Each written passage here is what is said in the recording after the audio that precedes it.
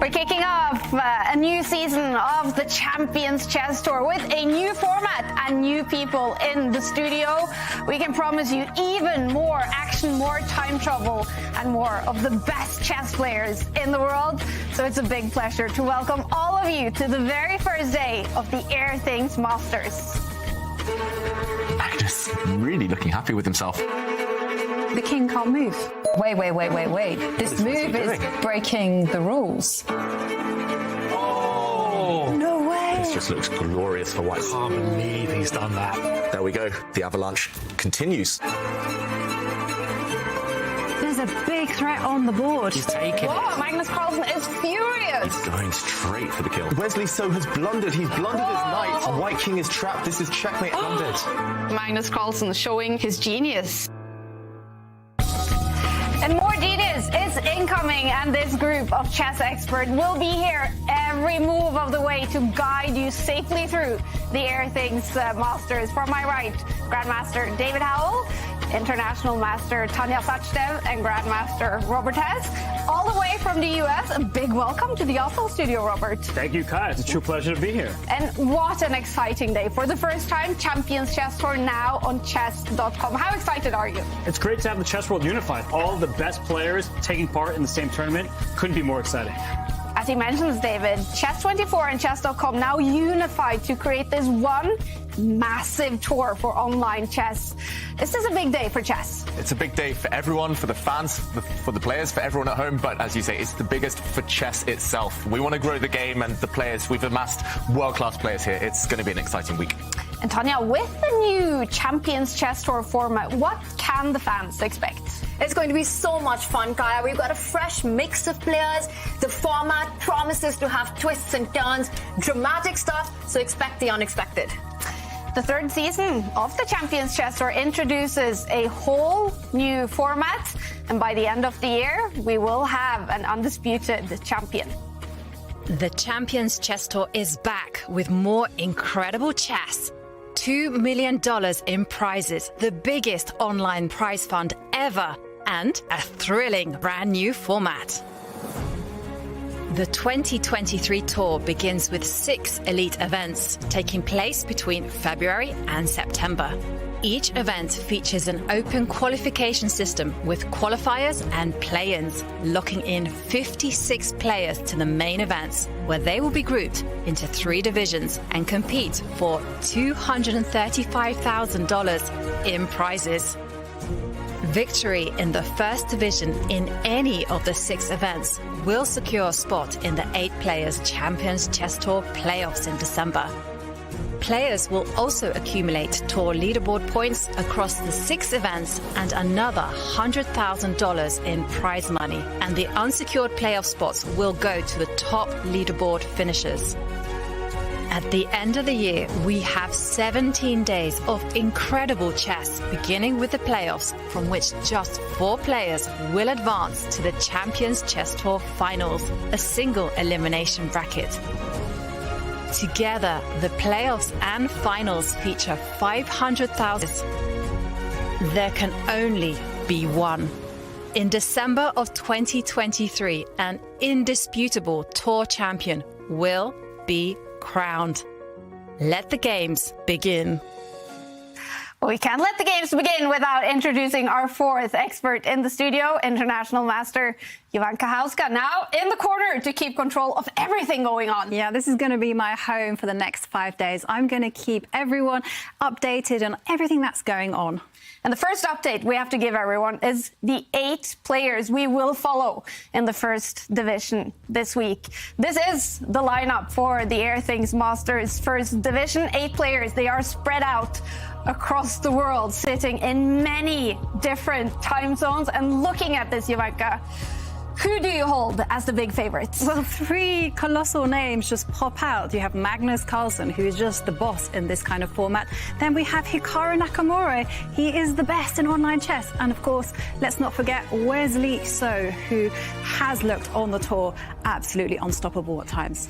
And there is also 3 teenagers in that pack. The youngest, Gukesh, at only 16 years old. What chances do you give the young Indian? Yeah, on paper, he's going to have a tough battle because he is facing Hikaru Nakamura, but don't write him off because he's just 16 years old and he was the one who actually finished first in the play-ins, won 6 games, drew 3 and knocked out the Titan that is former world champion Vladimir Kramnik. Fantastic. And he has a tough start, though, playing at night in India. And he starts off against Hikaru Nakamura himself. I mean, it's tough. But, this is the baptism of fire. And at least, he can relax because of the double elimination format. He can just enjoy his moment in the spotlight and entertain us with some brilliant chess. Yep. That's what's going to happen, you guys. Now, 2 players were invited to the Airthings Masters. Magnus Carlsen for winning the Champions Chess Tour 2022 and Wesley So for winning the Global Chess Championship. Everyone else had to qualify. This is the Airthings Masters, the first event of the 2023 Champions Chess Tour. $235,000 in prizes are on the line, as well as a spot in the tour playoffs. The Airthings Masters began with a play-in Swiss tournament open to all grandmasters. The top finishers battled in match play to determine who plays in Division 1 with 8 players, Division 2 with 16 players, and Division 3 with 32 players. 54 qualifiers through the play-in that was held February 3rd joined the 2022 Champions Chess Tour winner Magnus Carlsen and the global chess champion Wesley So, who are seeded into Division 1 of the Airthings Masters. The main event takes place February 6th through 10th and features a dramatic double elimination knockout format. The winner of Division 1 secures a spot in the Champions Chess Tour playoffs in December. They will be joined by the 2nd and 3rd place finishers of Division 1, as well as the winner of Division 2 into Event 2 of the Champions Chess Tour Top Division. The Champions Chess Tour is the biggest online chess event ever held, and it all starts now with the Airthings Masters. We will mostly follow Division 1 this week in the Airthings Masters, but there are some huge names actually also competing in Division 3 and in Division 2. These are today's round of 16 matches. And look at that, David. Jan Nepomniachtchi is in there. Fabiano Caruana. How did they end up in Division 2? Yeah, some huge names. You mentioned 2 there, Jan Nepomniachtchi and Fabiano Caruana. There's also Vladimir Kramnik, a former world champion. And those 3 specifically, they fell at the final hurdle of the play-ins. They did lose the playoffs. They failed to make it to Division 1. That just shows how strong, how stacked this whole field is. And they will be aiming, of course, to qualify for Division 1 next time. Yeah, and we have to mention, Robert, it's a big deal to compete in Division 2 as well. A lot at stake. Yeah, $10,000 first place prize. There's also a great number of tour points at stake because the winners of each Division 1, they make it through to the playoffs in December, but so does the leaderboard, right? So you have to pay attention to that. Exactly. Now, in all 3 divisions, double elimination is the format, which basically means that anyone can lose a match and still win the whole event, but the second you lose a second match, you are knocked out. And this is the bracket for the first division. And we see the quarterfinal matchups to the left on the screen here. But Tanya, who does the double elimination format favor? Okay, with double eliminations, it is 2 strikes and you're out. You've got 2 shots at the championship. What that does is it takes away the luck factor. It seems to favor the player who is truly the best. So the best player has the best shot at winning the championship. Take a look at this. Magnus and Hikaru, the 2 big favorites. It's hard enough to imagine them losing 1 match. Here, you've got to knock them out twice to have a shot at championship. Yeah, that's going to be tough. But having this extra life that Tanya says, Robert, Does it invite for some more risk-taking, do you think? It certainly does, because when you see the field, if you lose a best-of-4 match, you drop down to the losers bracket, where it's best-of-2. So you may take those risks when you need to in order to stay in this field. So I do think we're going to see very energetic and exciting play.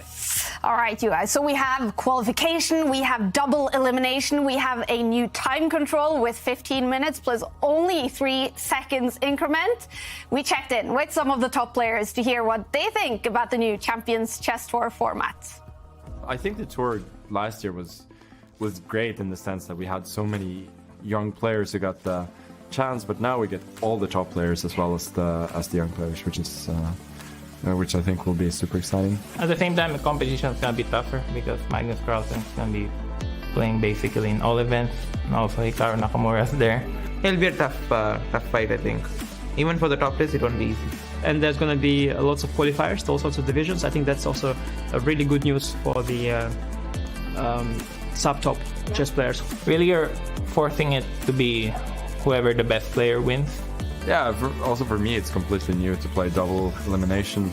I never tried that, and I always thought like if you get eliminated, you're eliminated, and now you're back again. It's a little bit weird. In terms of time control, I think it's great time control. The games are a little bit faster. Oh, a lot more drama, I guess. But still, fortunately, there's some increments, so you won't see like super nasty flagging of opponents. Especially for a player like me who's gotten a bit slower over the years in faster time controls. Those 10 seconds were good to have. Plus 3 seconds, it's just going to be like time trouble all the way. So I guess more players, more drama, more excitement for the fans. And the action is about to start. Everyone with 4 big quarterfinal matchups. In 3.5 minutes, the Airthings Masters will start. And today's matchups are some big ones. Hikaru Nakamura, he's a beast at online chess. And he plays today against the surprise winner of the qualifiers, 16-year-old Gukesh. And then the winner of the 2022 Global Chess Championship, Wesley So, against Rauf Mamedov. And then the big battle between the teenagers, both at 19 years old, Ali Reza Frouzja and Arjun Erigaisi. But we will follow the first game between the reigning Champions Chess Tour winner Magnus Carlsen against a debutant on the tour, Alexei Sarana. And David, who is this guy? What is his strengths, Alexei Sarana? Sarana is young and dangerous. He's 23 years old. He can beat anyone on his day. He's especially good with the white pieces. He's very well prepared. He can play all sorts of positions. And if you give him a chance to attack, he will go for you. The last time these two faced each other, Sarana did take the win. He must be coming in with confidence. So the last time they played, Sarana actually beat Magnus Carlsen. What happened there, Tanya? It was at the World Blitz Championship, and it was a win, not just the result, the quality of the game, super convincing win, and that's just half the story. Alexei Sarana, before taking down the world champion, also beat Hikaru Nakamura, also beat Daniel Dubov, a very dangerous opponent today for Magnus. I actually heard you before the show, Robert. You call him the upset king. Is that what Alexei Sarana is all about? Just upsetting the big guns? Well, he upsets the people that he beats, that's for sure. But he's also, I think, underestimated by the public. He is not quite 2,700 in FIDE classical rating, but he has beaten the likes of Vidit Gujrati and Shakhriyar Mamedyarov in lengthy matches in the Chess.com Global Championship. So with the names that Tanya mentioned as well, he has a who's who of names at his victim list. Yeah. And if we do look at the head-to-head stats, though, there is no doubt Magnus Carlsen is a favorite at 32 years old today against the 23-year-old Alexei Sarana, ranked as number 70 in the world. Magnus Carlsen still world number 1. So what is it about for Sarana today to be able to win a match over 4 rapid games against Magnus Carlsen? Well, I feel that Alexei Sarana, he has to start off well. We know that Magnus has been guilty from time to time of starting slowly. Magnus often needs a bit of time to feel his way into the competition. He mentions he's getting a bit older now. The new time format, he might need some time to adapt. Sarana is on fire. He played so well in those play-ins, so I feel the first 2 games are critical for him. Yeah. And only 45 seconds until they played the very first game of the 2023 Champions Chess Tour season. It must be a special feeling to start off the season, the very first game, you know, blank papers, you know, anything can happen. What do you expect from Magnus with the white pieces in the first game? I'm looking forward to see what he brings in the opening. We've seen Magnus try out these absolutely crazy openings, offbeat stuff previously in the Champions Chess Tour, but will he take that chance against a player like Alexei Sarana, who's so well prepared? And it just might be the strategy that he's looking at. Now, Sarana is known to be a top-tier tactician. With the white pieces, his prep is second to none. I'm actually expecting Magnus to blow out an opening surprise in this one. Really? Do you agree, Robert? I think so, because Okay. Sarana is that well prepared. Catch him off guard. That might be the strategy. And what could that be? What would catching him off guard mean, David? It could mean anything for Magnus Carlsen. I don't think we'll see something like the Bong Cloud or 1F3, you know, openings that he's experimented with on the tour, but something early that will get Sarana out thinking on his own, just maybe a different pawn structure. And Magnus does start this quarterfinal with the white pieces. I think that is huge for him. We mentioned Sarana is blisteringly good with white, so it does feel like Magnus rolls the dice sometimes. I think the first few moves will be quite classical, quite normal, and the surprises will start a bit after that. And we see Magnus Carlsen is ready in his secret lab chair, not sitting in his home in Oslo. He is, as I hear rumors, visiting a friend in Canada. The Chess Bras, well known to the public, of course, and well, they've been posting on Instagram and stuff. I feel like we can let that surprise out. I agree. Yeah. So he's actually playing from Canada, Magnus Carlsen, quite early in the morning for the world #1, getting ready for game #1. So remember, it is best out of 4 rapid games to decide each of these matches. If they are tied after those 4 rapid games, then we will head straight to Armageddon tiebreaks to decide who goes through to tomorrow's winners semifinals and who is knocked down to the losers bracket. And a big smile on Magnus Carlsen's face. Is that Erik Hansen that we see? That is Erik. So he's got a supporter in the background. Erik Hansen is not playing in any of the divisions, is he? No, not that I know of. I'm not sure if he played in the play-ins, Erik Hansen, but either way, Magnus, this is the first time we've seen him arrive early for a game on the tour in ages. So it's good to know he's got his tech support with him there in Tech Canada. support, cheerleader, all on board. I think it's a really crucial point how rested Magnus is for this first game. He's traveled over the weekend. He's in Canada right now. We also saw him at the end of Tata Steel. He looked absolutely spent. So it's going to be a lot about recovery and energy. Yeah. Now, how would you say that Magnus Carlsen's form is? We've seen him in the Rapid and Blitz World Championship of lately and in the Tata Steel. He was on a tear at the end of Tata Steel. He struggled in some of the earlier rounds. He lost 2 games in a row, unexpected from the world champion. But the end, when he needed his best form, he found it. That's scary news for Alexei Sarana. Yeah. But this is rapid chess, and it is a faster time control that we have been used to the 2 first season of the Champions Chess Tour. So we have had 15 minutes plus 10 seconds increment. This year is only 3 seconds increment. And how big of a difference is that, David? That's huge. There's far less margin for error. With the 10-second increment, you can kind of lose your orientation in the position just for a few seconds and kind of recompose yourself. This one is purely about instinct. 3-second increment disappears so fast, and we will see some kind of real calamities on the chessboard once the players tick down on the clock. So, yeah, it will be about who adapts first, and it might favor actually those who played in those play-ins, like Sarana. Magnus, he's coming to this fresh. His last games were at Tata Steel, 7-hour time control, very, very different type of game there. And I'm expecting Magnus to be okay. He's very experienced online, of course, as well. But Sarana, maybe that's something he can play on the clock. And the matches should have started. Obviously, some technical issues here to get the 2023 season kicked off.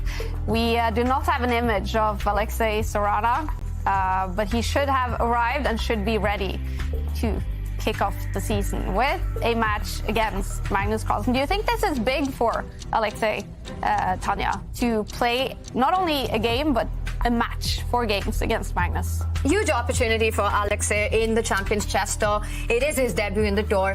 It is a platform that he hasn't had the chance to showcase his results in. In the playoffs, he beat Fabiano Caruana. And what a match that was. He had to win on demand and then beat him in the Armageddon. And as David, you were mentioning, having that practice in to start the first round where often things can be shaky, I think this matchup has huge potential for an upset. We also look at, well, the prize fund of the Champions Chess Tour. Now, for players like Magnus and Hikaru, whatever that means, it's 100x for a player like Sarana. The financial support. We've seen breakout moments for these teenagers on the Champions Chess Tour. Now, whether it was Prague, whether it was Arjun in the previous editions, these are the moments that these players are waiting for, and it could be Sarana's day today. Yeah, we've seen huge moments for, as you mentioned, Gukesh, Pragnananda beating Magnus on the tour. Would it be a huge deal for Alexei today to win the match against Magnus? It certainly would be. And Alexei, he does have some accolades to his name. He won the European Online Championship back in 2020. He beat Anish Giri and David Navarra in that tournament. He knocked them out of the bracket. Wow. So it's not like he's incapable of taking down Magnus Carlsen. It's just a Herculean task for him. So Alexei, great success in the past. This would be his lifetime achievement. Yeah. And we are waiting for the first game to start. Hopefully, Magnus Carlsen with the white pieces will make his first move very soon. You guys are hinting that we could maybe see some surprises. Should we have a little bit of a bet? What opening move do you think we'll see on the board? I think Magnus will stick to something he knows and trusts. I suggest 1e4. How about you guys? Best by test 1e4. David playing safe there. I'm going to go with 1b3. Oh, okay. I'm going to go with the Catalan. I think Magnus Carlsen used its success in the World Championship. Why not again here in the Champions Chess Tour? All right. So what about you? Yeah, you're not getting out of this. All right. You said... I said 1e4. Okay, so I'll go on d4. Solid bet. Let's see. It looks like now Magnus Carlsen is leaning towards the screen. Does that mean he is getting ready to make that first move? Or is there still some technical issues? And while we wait, I should mention that these two, just kind of unofficially online, just in some friendly games, they have had very long matches. I remember once staying up till 2, 3 a.m. in the morning watching Magnus play Sarana. I think they played nearly 100 games in that one session. And it was all so Magnus could try and adopt Sarana. And, he did succeed eventually at like 4 a.m. in the morning, but it just shows how much these two love chess and how practiced they are in the art of online chess. And if we do have anyone new to chess watching adopting in chess, what's that mean? That means winning 10 games in a row. Wow. So impressive stuff. I think that was bullet chess, very different from this, of course. But yeah, Sarana did get some knocks in too. He did get some wins under his belt in that one. Fantastic. All right, let's hope the first game starts very, very soon. This is the first day of the Airthings Masters. We are starting off with winners' quarterfinal matches, and the winners of today's matches will go through to the winners' semifinals tomorrow. But the losers, they're not knocked out because this is double eliminations. The losers, they go down to the losers bracket to play losers round 1 tomorrow. Would it be a huge shock if Magnus Carlsen, already on day 2, is on the losers bracket? I think it would be more surprising to the public than it would be to me because Alexei Sarana is that talented. Yeah. He's that good. And he's beaten the likes of, as Tanya said, Dubov, Nakamura, Carlsen in consecutive rounds in the World Blitz. Now, different time controls mean different games, more or less, but you still have those results to your name. That is still a huge accomplishment. And I think Sarana can do it. I really hope Magnus Carlsen is paying these guys well. Aman Hambleton and Eric Hansen both helping out now, both switching careers. So has a bit of tech support for Magnus. Wow. Even the best need a bit of help sometimes. So we have both the chess bras together now with the world #1 Magnus Carlsen. Is there actually like a chess bra house? Yeah. There is. That sounds like a lot of fun. Yeah. What I wouldn't give to be there right now. I think that's in Toronto. Robert, you maybe know better? Yeah, they moved it recently. I believe they are in Toronto now. And, well, it's clear that the move may have messed with their tech a little bit, but Magnus smiling, all of them happy. And the chess bros, I mean, they're very well known to the community. And hopefully they tone down some of the electro music and the partying because Magnus needs to focus today. And it is quite early in the day, so maybe the partying hasn't started yet. A big smile on Magnus Carlsen's face. Playing from Toronto in the big Chess Bra house, getting ready for his first game. Both the Chess Bras have now left the room, so that must mean we should be about to start. And now we also have Alexei Sarana joining us. Very nice to see him as well. There's such a contrast between the two players. I don't think I've seen Magnus this happy before the start of a round. That's true. I don't think I've seen him arrive on time for a round to begin with. Especially a morning round. A morning round. And Sarana, they're looking super focused. Yeah. I heard that Sarana's playing from Serbia. I'm not sure about that, but either way, he's so good, so quick over the board, online, even faster. And I think we'll be about to start any second now. Can't wait. Magnus turns away. I feel like I'm looking at a passport photo of Sarana there, right? Like, someone take a photo, get him that visa, and let him get on his way. But he wants this match to start. I think the jitters start settling in once you have to sit and wait. Once those first moves are made, it's just chess to focus on. Yeah. Or a mugshot. Guilty of playing some great chess, Alexei Sarana. He qualified from the big Swiss and the play-ins that was played on Friday, knocking out some huge names such as Fabiano Caruana and earning his spot here in the Airthings Masters to play a quarterfinal match against Magnus Carlsen. It's long overdue, and let's hope the first moves come on the board very shortly. It is 15 minutes on the clock for each player, 3 seconds increment after each move. So they will have to adjust a little bit from being used to 10 seconds increment on the tour. Can they, how long kind of thinking breaks can they allow themselves, David? During these rapid games, you don't want to be going into the tank for too long early on. You have to really limit yourself to these really short things. You have to trust your instinct a lot more than you do in classical chess. Sometimes for calculation, but then the top players do that very quickly too. So I do feel that whoever gets off to the quicker start will have an early advantage in the first games of the day. But yeah, we'll see. It looks like none of the quarterfinals have yet kicked off, so we will impatiently await. Yeah. I hear rumors it's getting very close, though. He is the reigning champion in the Champions Chess Tour, both last season and the first season. Magnus Carlsen, can he win it a third time?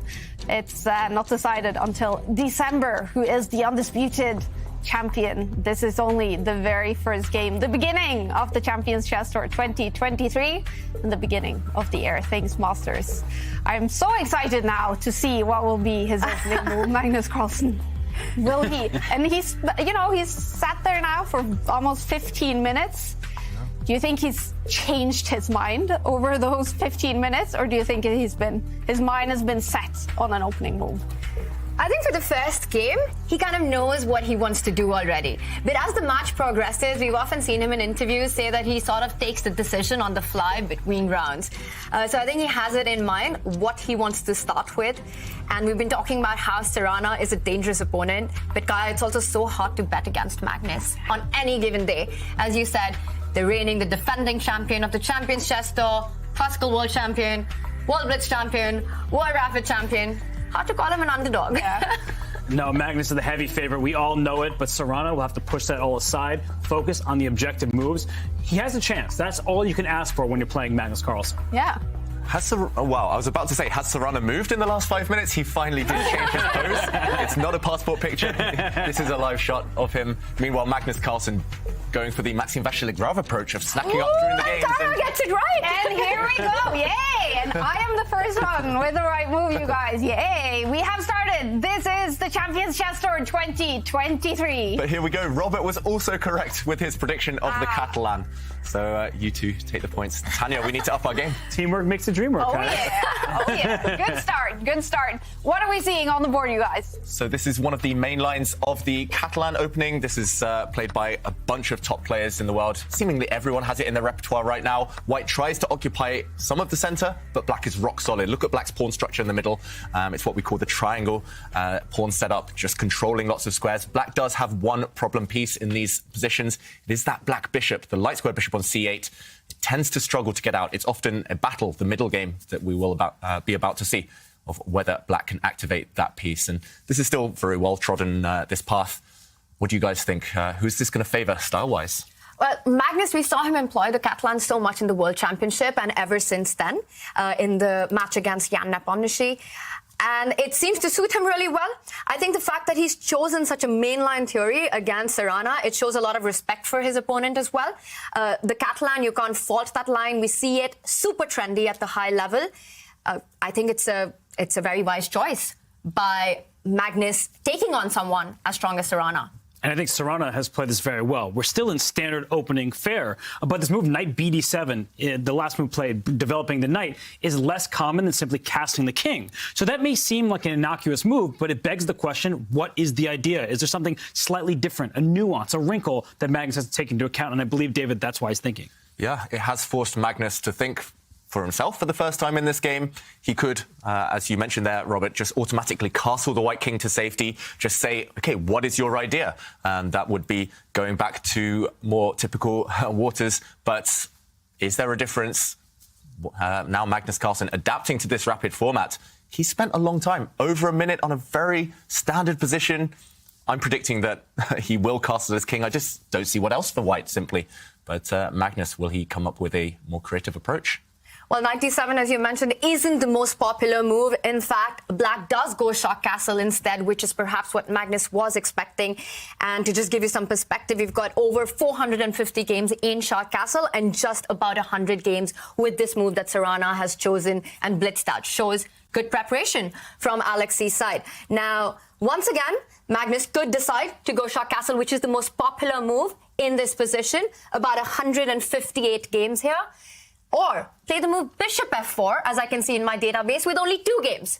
Magnus is definitely in a new position right now. So these seem to be the two most logical moves, either castling, the most standard approach, or bishop to f4. I would be shocked if Magnus didn't castle. I guess the idea behind this one, Tanya, is to free up the square on d2 for the white knight. But there we go. We see on the live board he has played it, getting ready to park the knight on d2, which is actually its dream square. And after black castles, I would be shocked again if Magnus doesn't go for that. But now knight bd2 would support a pawn push. And looks like on my board we've seen something really creative from Magnus. It hasn't popped up just yet, but this would be what I would go for if I were white. Let's go back to the players and what has Magnus got up his sleeve? Well, you said creative, so I'm guessing it's Harry the H-pawn. Yep. That must be it. And it comes from the school of Daniil Dubov. Dubov was one of the trainers for Magnus Carlsen during his World Championship matches. And Dubov is kind of the king of the Catalan. He loves this opening. He plays it with great effect. So the move H2 to H4, throwing that pawn up the board. It doesn't have an immediate threat, but it just can be a bit scary for black to deal with. We see it. Yeah, there you go. Robert, he's definitely been hanging out with Daniil Dubov a bit too much recently, Magnus Carlsen. The white king now has the question to answer long term. Does it castle short? Does it castle on the king side? Now that you've started pushing pawns on that flank, or do you just stay in the centre, keep your opponent guessing?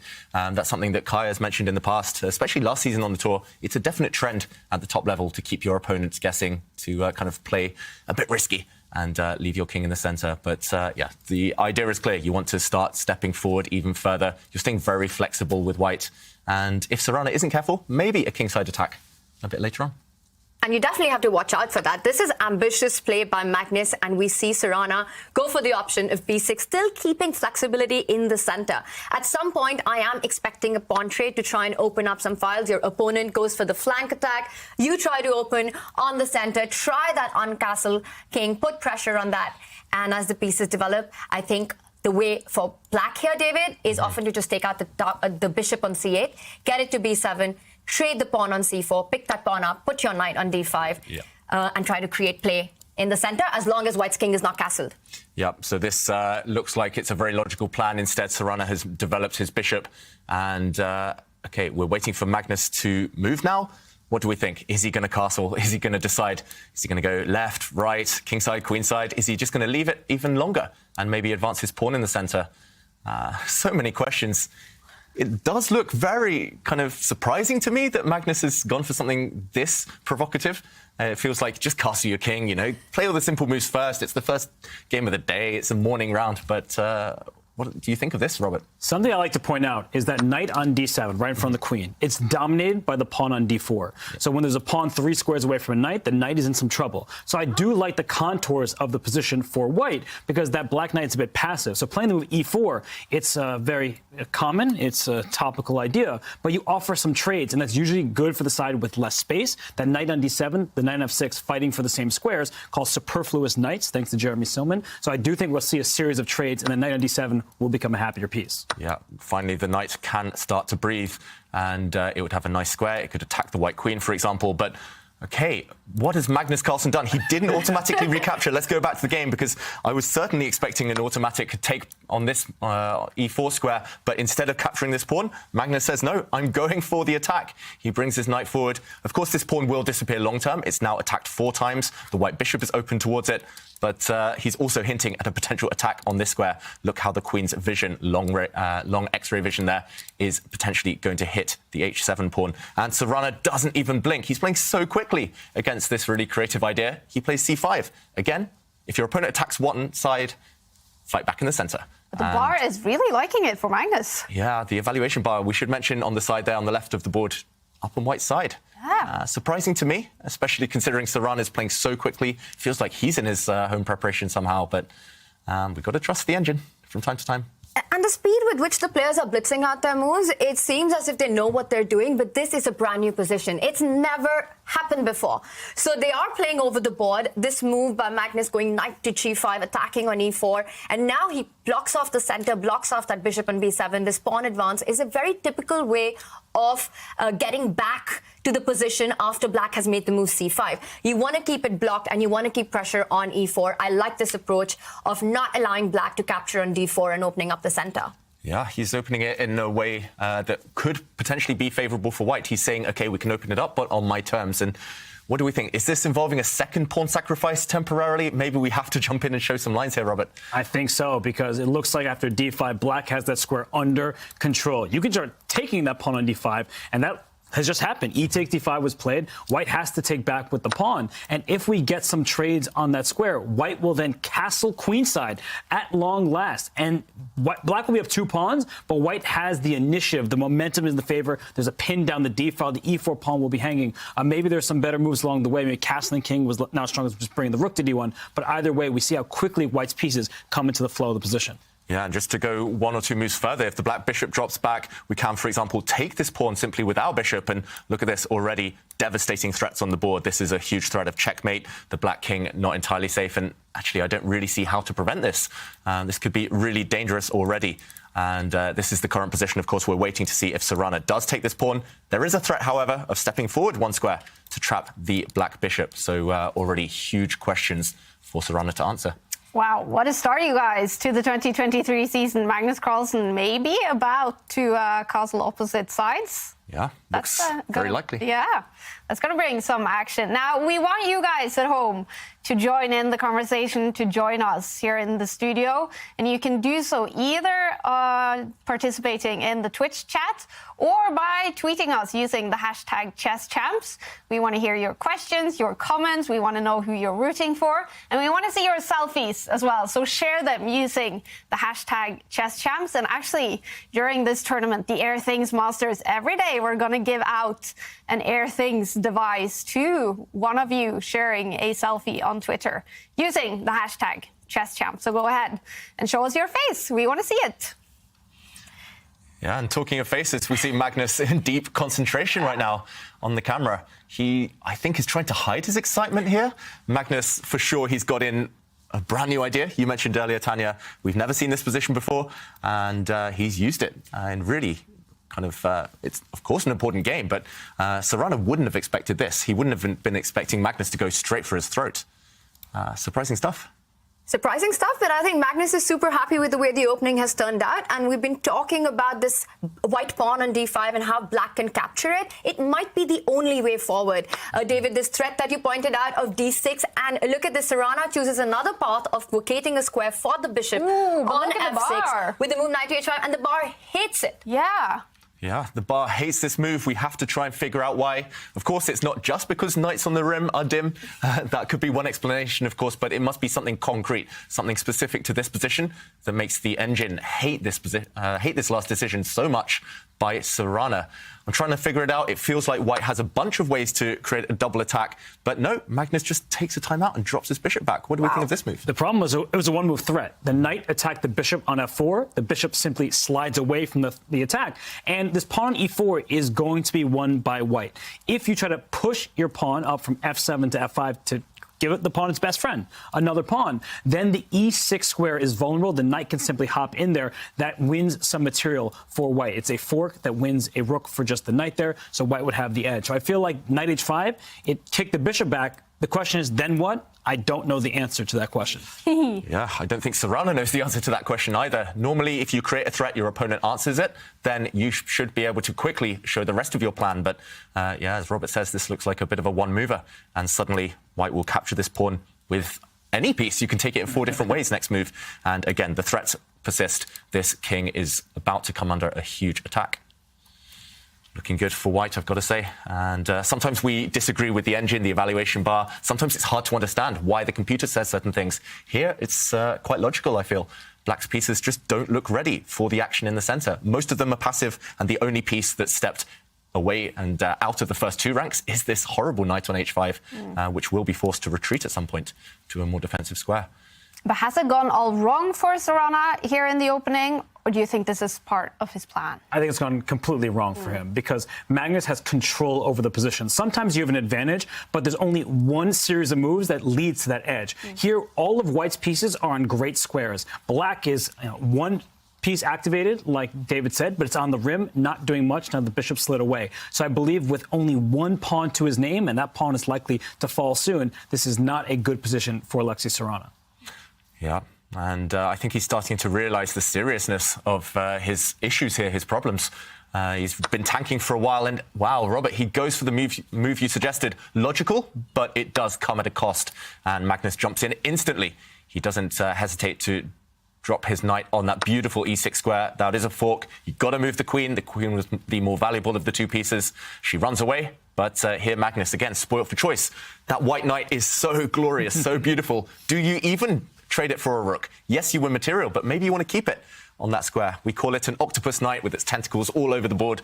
That white knight is a real thorn in black's side, and I wouldn't be shocked if Magnus just ignores it, just castles queenside and says, OK, the attack continues. And black always has to watch out for a g4 break. We see this pawn chain in the center, this e4 pawn being guarded by this f5 pawn, and you want to break that. And has he gone for it? Tanya. He does it. He does it instantly. Robert, he doesn't care about the king's safety. He says, I'm coming for your king instead. g4, and I see the eval bar loves it on the board. This has exploded already, hitting that knight, hitting that pawn. If you capture on g4, all white wants is to take on e4 and hit that pawn on h7. And it's really all about the black king. That knight on e6 is way worth more than an exchange. Yeah, this knight is one of the most beautiful pieces I've seen in a while. And Sarana, he's facing an attack. He's about to drop some material. It just looks, I mean, I want to say hopeless, but not quite yet. It does look really difficult for him, though. The only alternative to that is dropping back the knight, but that's an admission of defeat. You've kind of wasted a bunch of tempi with that knight move, and there'll be ideas of hitting the black queen with the bishop. There'll be ideas of just taking a pawn, opening up a line for the white rook later in the game, and just the problems, they're adding up.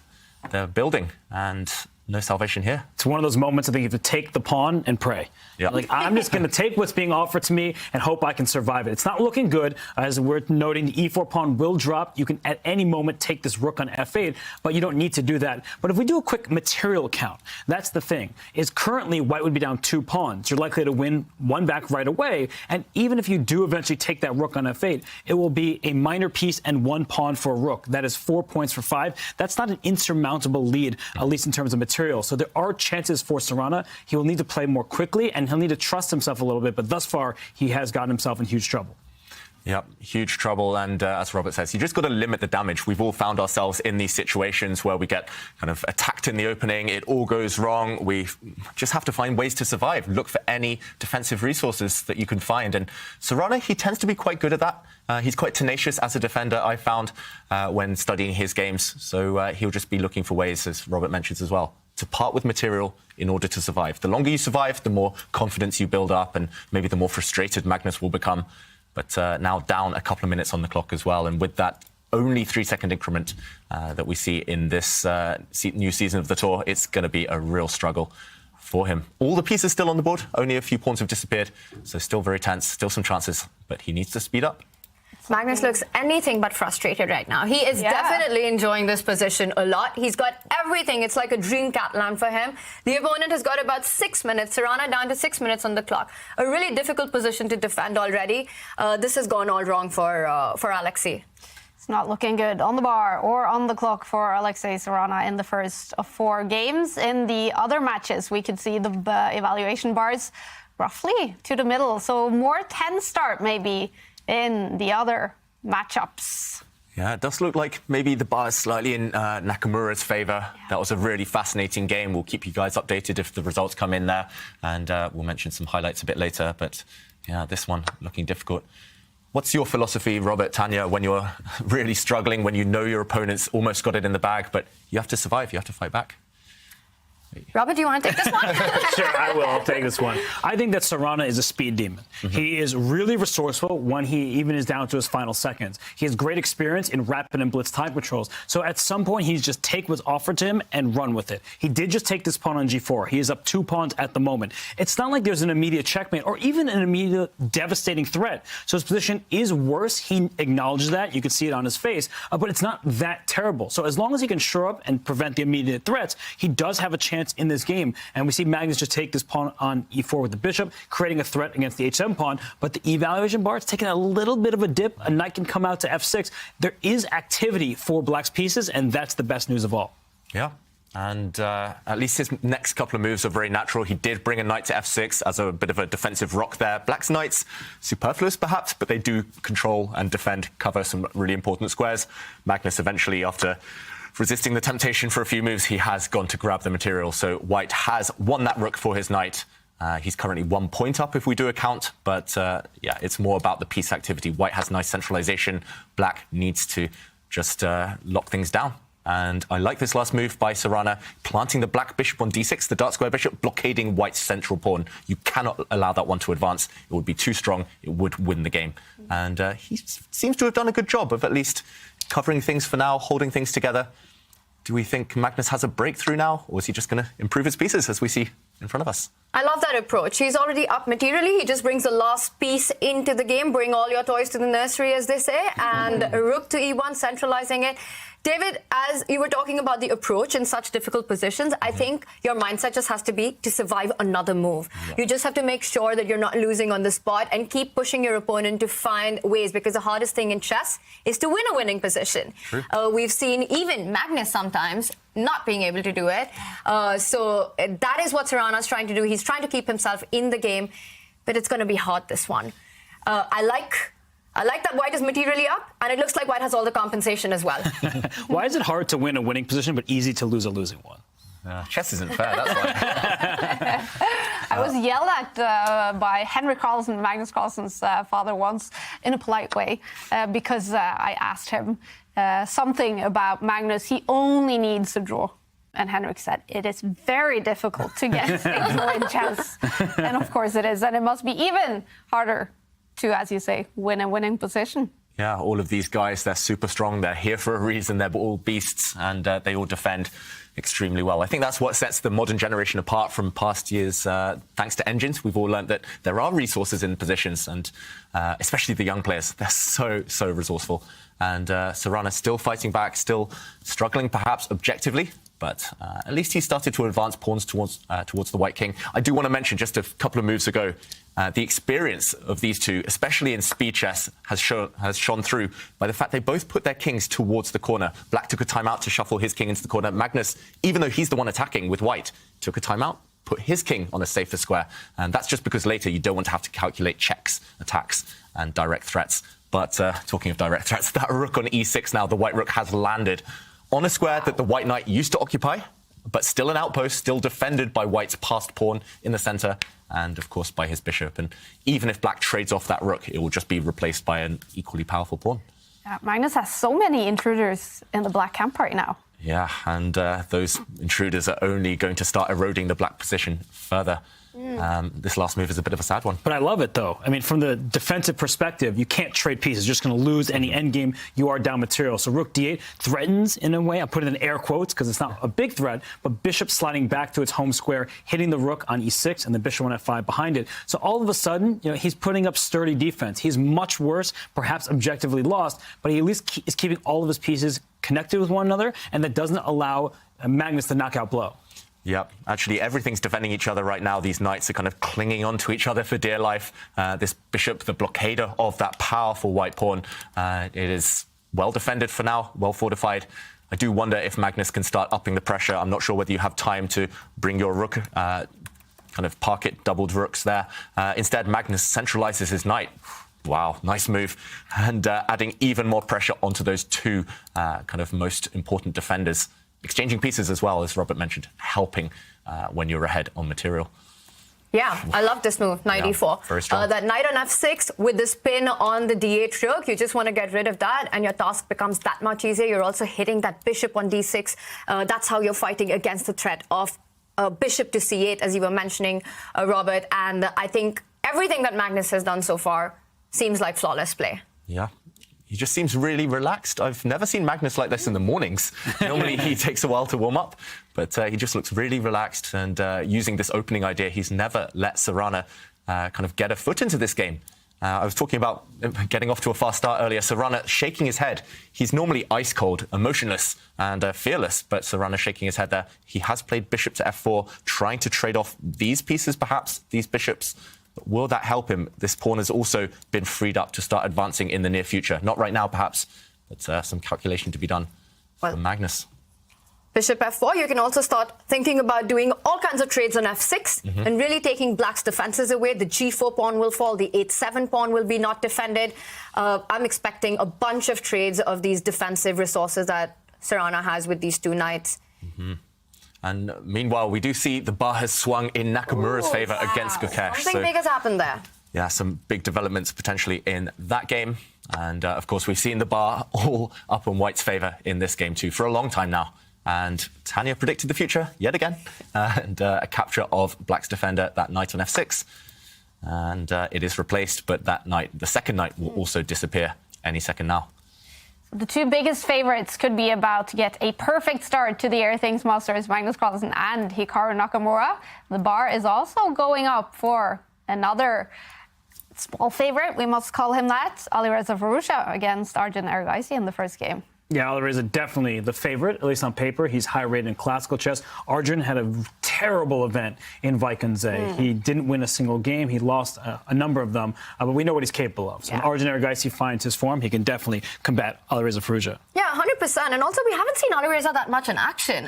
Where is his practice coming from right now? And these kind of formats just demand you to be on the go from the very start. Of course, Alireza had a very comfortable going in with the Swiss and the playoffs, but Arjun, we've seen him on the tour before. And what's interesting is that I don't remember these two teenagers playing against each other. That's so this interesting. could be the first time this matchup is happening. And Alireza was one of the first in this generation to sort of break away. He was world number 2, and I mean far ahead of everyone. But he sort of inspired this younger generation to come forward. And this change of God, this movement that we're talking about, Alireza was right in the front of it. And especially with your fellow Indians, Tanya, with Gukesh, with Arjun Erigaisi, with Pragnananda. There's so many of them. Yeah, and to think that they're all the same age, it's kind of hard to imagine. But at some point, you felt like Alireza broke away and went a little further and sort of just giving these other youngsters this inspiration that they can do it as well. And now to see these two fight against each other, I think it's going to be a big match. It doesn't matter who's stronger on paper. Arjun's going to give a big fight. He's also super good in these speed chess, faster formats. Yeah. And, I just love the fact that Firouzja, in the play-ins on Friday, he was playing from his kitchen. And, I'm curious to follow him a bit later. I wonder if he's following the same recipe for success. But meanwhile, Magnus planting that white queen in the centre. Black's bishop is plugging all the holes. That dark square bishop now for Black, but it could be removed at any moment first. Magnus gobbles up a pawn. He's getting ready to throw the white f pawn forward to destabilise that black bishop in the centre. And this one looks like we're coasting now towards victory for Magnus Carlsen. And that queen, the white queen, was over near the king. Now it's going near the enemy king. It just took a pawn. It's going to slide up on the diagonal and go after the black king on h8. Queen h5 threatens checkmate on h7. It also allows the rook to land on e8 in many positions. It protects that square. So this is a big problem for Sarana. I think he is completely hopelessly lost. I don't say that very often as a commentator, but this position, he's getting obliterated in this one. Yeah, and just to highlight the idea that Robert mentioned there, for example, if bishop takes pawn is played, white can even give up his rook for that strong bishop in the center and now create that threat. Those dual threats, actually, firstly, checkmate on the h7 square, but now that this black rook has been lured away from the e8 square, the secondary threat is just as devastating. And this could spell game over. At this point, it's hard to offer any advice for Sarana. He might as well play a move such as this one and ask Magnus to prove the win, to show the win, because it's inevitable at this point. You just need to find the most testing way for your opponent. It's looking hopeless. Also down under 2 minutes for Sarana. What does he play? He pushes a pawn forward. This doesn't change anything, however. He's looking for counterplay. He's pushing pawns towards the white king, but he's so far away. He needs 3 or 4 moves to create a single threat, and Magnus will land a punch before that. And now that he's allowed the d pawn to stay alive, David, that pawn can actually go forward to d6 and also threaten the rook coming on to the 7th rank. So let's say you start with the move queen h5. It's on the board. You're threatening a mate in 1, and Sarana has to defend that with the queen, losing control of the d6 square, after which, let's say, queen goes to g7, defending the mate on h7, and a move like d6 would be absolutely devastating, coming in with the rook on the 7th rank, and this is checkmate incoming. Sarana's down to 1.5 minutes, and the clock is not even his biggest problem. Oof. Yeah, we saw it in the camera a minute ago. He was just rubbing his eyes. He's like, what's happened? This has just been a powerful display by Magnus, and we can't fault Sarana at all. He's just not really been given a chance in this game. It's sometimes happens against the top guys in the world. Yeah, he was in an unfamiliar position, and Magnus was on the attack. Sarana felt uncomfortable. He brought his knight to the rim, and it never quite got back in the game, except when it was traded off the board in a winning position for Magnus Carlsen. So this is dominance. This is the world #1 player for over the last decade. He's showing his force in game 1, and he's about to lead 1-0. I think resignation incoming. Yep, I think we have the result. Magnus did get his rook to the 7th rank, and Sarana has resigned. Wow, 32 moves, and it's over. Magnus Carlsen, he takes the first punch, the first point in the quarterfinal match against Alexei Sarana. The Russian will have to make a comeback. He will have the white pieces in game 2. The other matches, they are still playing the first games, and we're going to jump into the first game between Hikaru Nakamura, the online beast, against 16-year-old Gukesh, the oldest, against the youngest in the Airthings Masters, actually, and the bar is loving it for Hikaru Nakamura. Are you loving it, Robert? I am indeed, and the reason why is if you do a quick material count, white is down 1 pawn, but it's essentially being down 2 pawns on the queen side, where there are 2 unopposed passers, and there we go, a5 pushes one of them, and then white is up 1 pawn over there on the king side, but white is not creating a passed pawn because black's king is in the way. So I believe the white forces will be distracted, will have to run on over to stop the pawns, and then black can then scoop up the remaining pawns of white. So I think this is actually a straightforward victory for Nakamura. Yeah, knights are famously bad as well against these rook's pawns, against the A and H pawns, and white's knight is going to be completely paralyzed, stopping that runner on the A file. He does. Gukesh centralizes knight, heading towards the queen side, but yeah, this one, it feels like it should be a matter of time. The one kind of potential hurdle here, the one potential banana skin for Nakamura is that all the pawns disappear. You can't allow the white knight to trade off all the pawns because a knight on its own for black would not be enough to deliver checkmate. Thankfully, he has 4 of them left, those pawns, and I don't think Gukesh should be able to trade them all off. What's gone wrong for the young Indian in this game? I think it's just Nakamura at his best. You're facing one of the best endgame players of all time. You're a pawn down. It was very tense for a long time earlier, but it feels like Gukesh kind of cracked at a very crucial moment, and Nakamura since then hasn't put a foot wrong yet. Should still be able to guide this one towards victory. His king has been pushed back, however. Fair play to Gukesh. He's at least asking questions. He's saying, can you win this endgame without your king? Nakamura's shaking his head. I must say, I haven't seen him play from this location before. It's different from his usual streaming place, I guess. But okay, Ooh, Gukesh shaking his head a little bit. Yeah, and the bar, for the first time, at least slightly showing some white. Gukesh has stopped those black pawns in their track for now. Is there a way to break this? What do we think?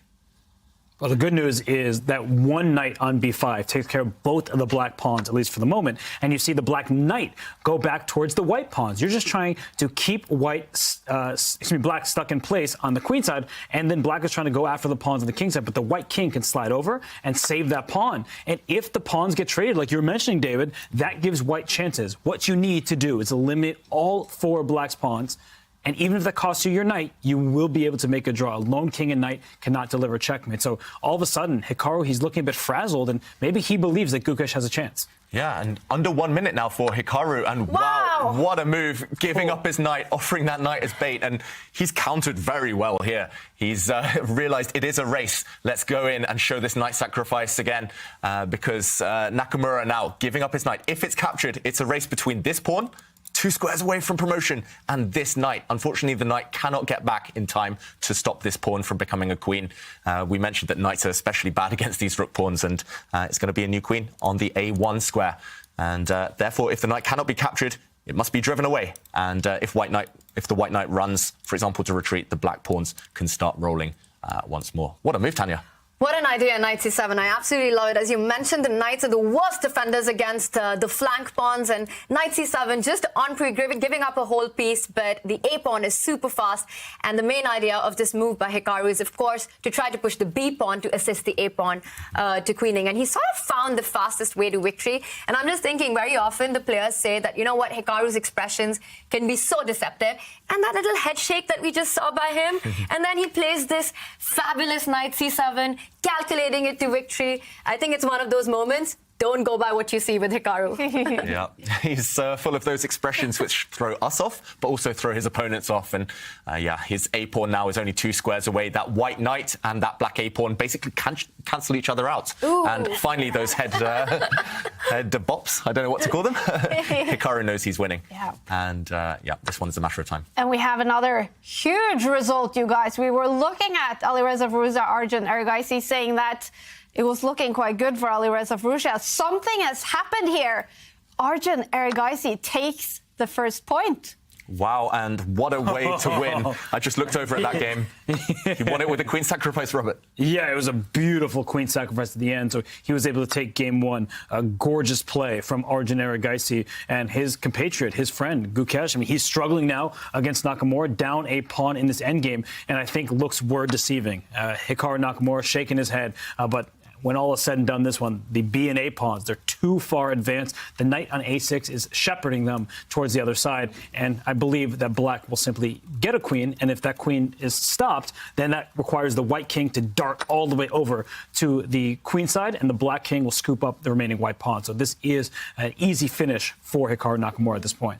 Yeah, and Gukesh now down to his final couple of seconds. He needs to move. Oh, he made that move, I think, with 2 seconds left. He's running with the white king towards that side, but there we go. I think we have the result confirmed. No way to stop those pawns from running now. The pawns will become a queen, and Gukesh gives up. Hikaru takes the win. It's over. Another win for a big favorite. Hikaru Nakamura, with the black pieces, takes the win against Gukesh. Gukesh will have the black pieces in the next game, and he has to make a comeback at some point. Remember, it is best out of 4 rapid games. This one is still going on. Rauf Mamedov against Wesley So.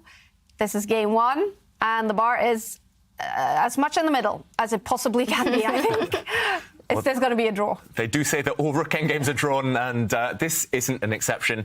And here, white is a pawn up, but that pawn won't last too long. Black won't necessarily actually go and take that pawn, that very far advanced white pawn, because it's under control, it's under lock and key. The black king keeps a watchful eye over it, but the black rook is going to go in and restore material balance by taking another pawn. Look at this, f7 now by Wesley. So he's trying to hint that he'll make a new queen, but he's not quite quick enough. It is becoming a race. Any chance here for either side to go wrong? Wow, that white f-pawn, blink and you miss it, it's disappeared.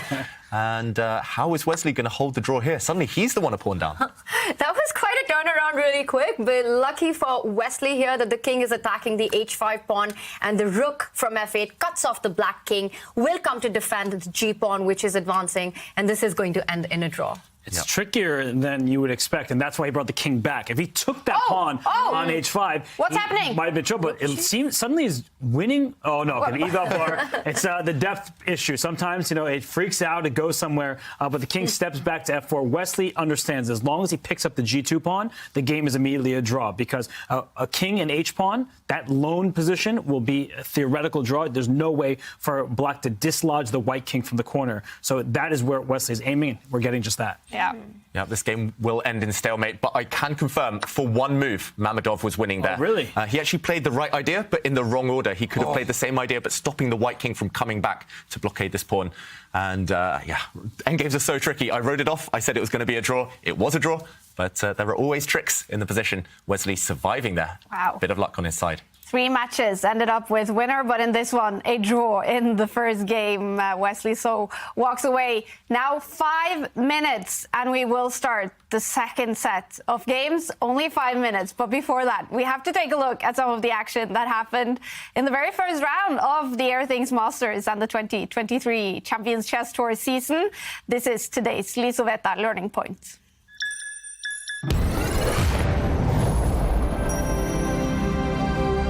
And today's learning point is about bringing all of your pieces to the party, especially when you're trying to attack. This is a position from the game. Alireza Firouzja as white against Arjun Erigaisi as black. And we mentioned a cool queen sacrifice did happen. That was all because Erigaisi brought all of his pieces towards that white king, and they harmonized so well. Suddenly, the black queen jumped out, threatening a nasty checkmate. The white king trapped in the corner here. A rook had to swing over and defend. Erigaisi won a pawn with his queen. Firouzja reluctant to go towards the endgame, and now bringing another piece into the attack. The black knight jumping in, hitting the white queen. If queen takes queen, this is a nasty smothered mate. The white king trapped in the corner here.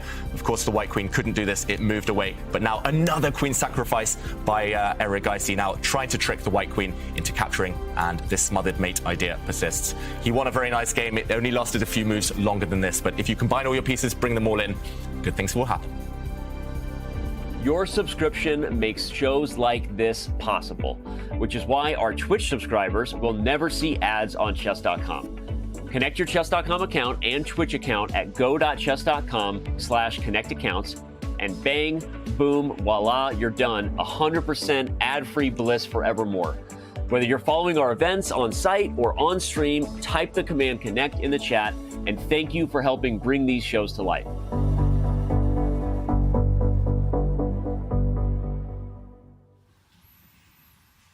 We're now going to take a quick Twitch break for anyone who is non-subscribers. For everyone else, we're now going to dig deeper into the first round of the Champions Chess Tour 2023.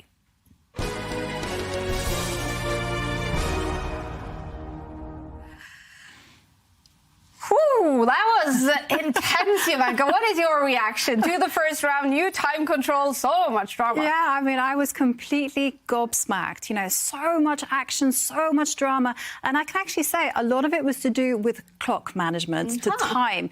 And for instance, Alireza Firouzja against Arjun Erigaisi, that was so cagey, so tense. But Firouzja just let his clock run down. And then what you saw at the end, he just panicked, he went hard, and it backfired on him. And someone else who pushed too hard was Gukesh. He went really, really aggressively against Hikaru Nakamura in the beginning, but that went completely wrong because Hikaru just calmly defended everything, picked up a pawn, and won an endgame. Did we see the players take a little bit of risks here in the first games? Definitely, especially from the underdogs, I would say. I mean, they really tried to push the boundaries. They tried to make the favourites a little bit unsettled and to burn time on the clock. Sometimes it was a good strategy. Sometimes it didn't work, as we saw. Yeah. And Magnus, a big favourite, he won his game. Hikaru, a big favourite, he won his game. But Arjun Erigaisi winning against Alireza Firouzja, is that the one that impressed you the most in this first round? Absolutely, because they really matched each other. I mean, Firouzja definitely will be very frustrated by that game, and he will definitely be going back to the drawing board. Let's take a look at the results, you guys. Remember, it is best out of 4 rapid games. Magnus Carlsen now in the lead against Alexei Sarana. So it's Hikaru Nakamura against Gukesh and Arjun Erigaisi against Alireza Firouzja. Wesley So and Rauf Mamedov, they are tied.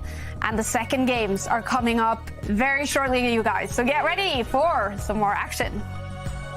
We have started. This is the Champions Chess Tour 2023. What has Magnus Carlsen done? He didn't automatically recapture. Sarana doesn't even blink. He's playing so quickly. If your opponent attacks one side, fight back in the center. He doesn't care about the king's safety. He says, I'm coming for your king instead.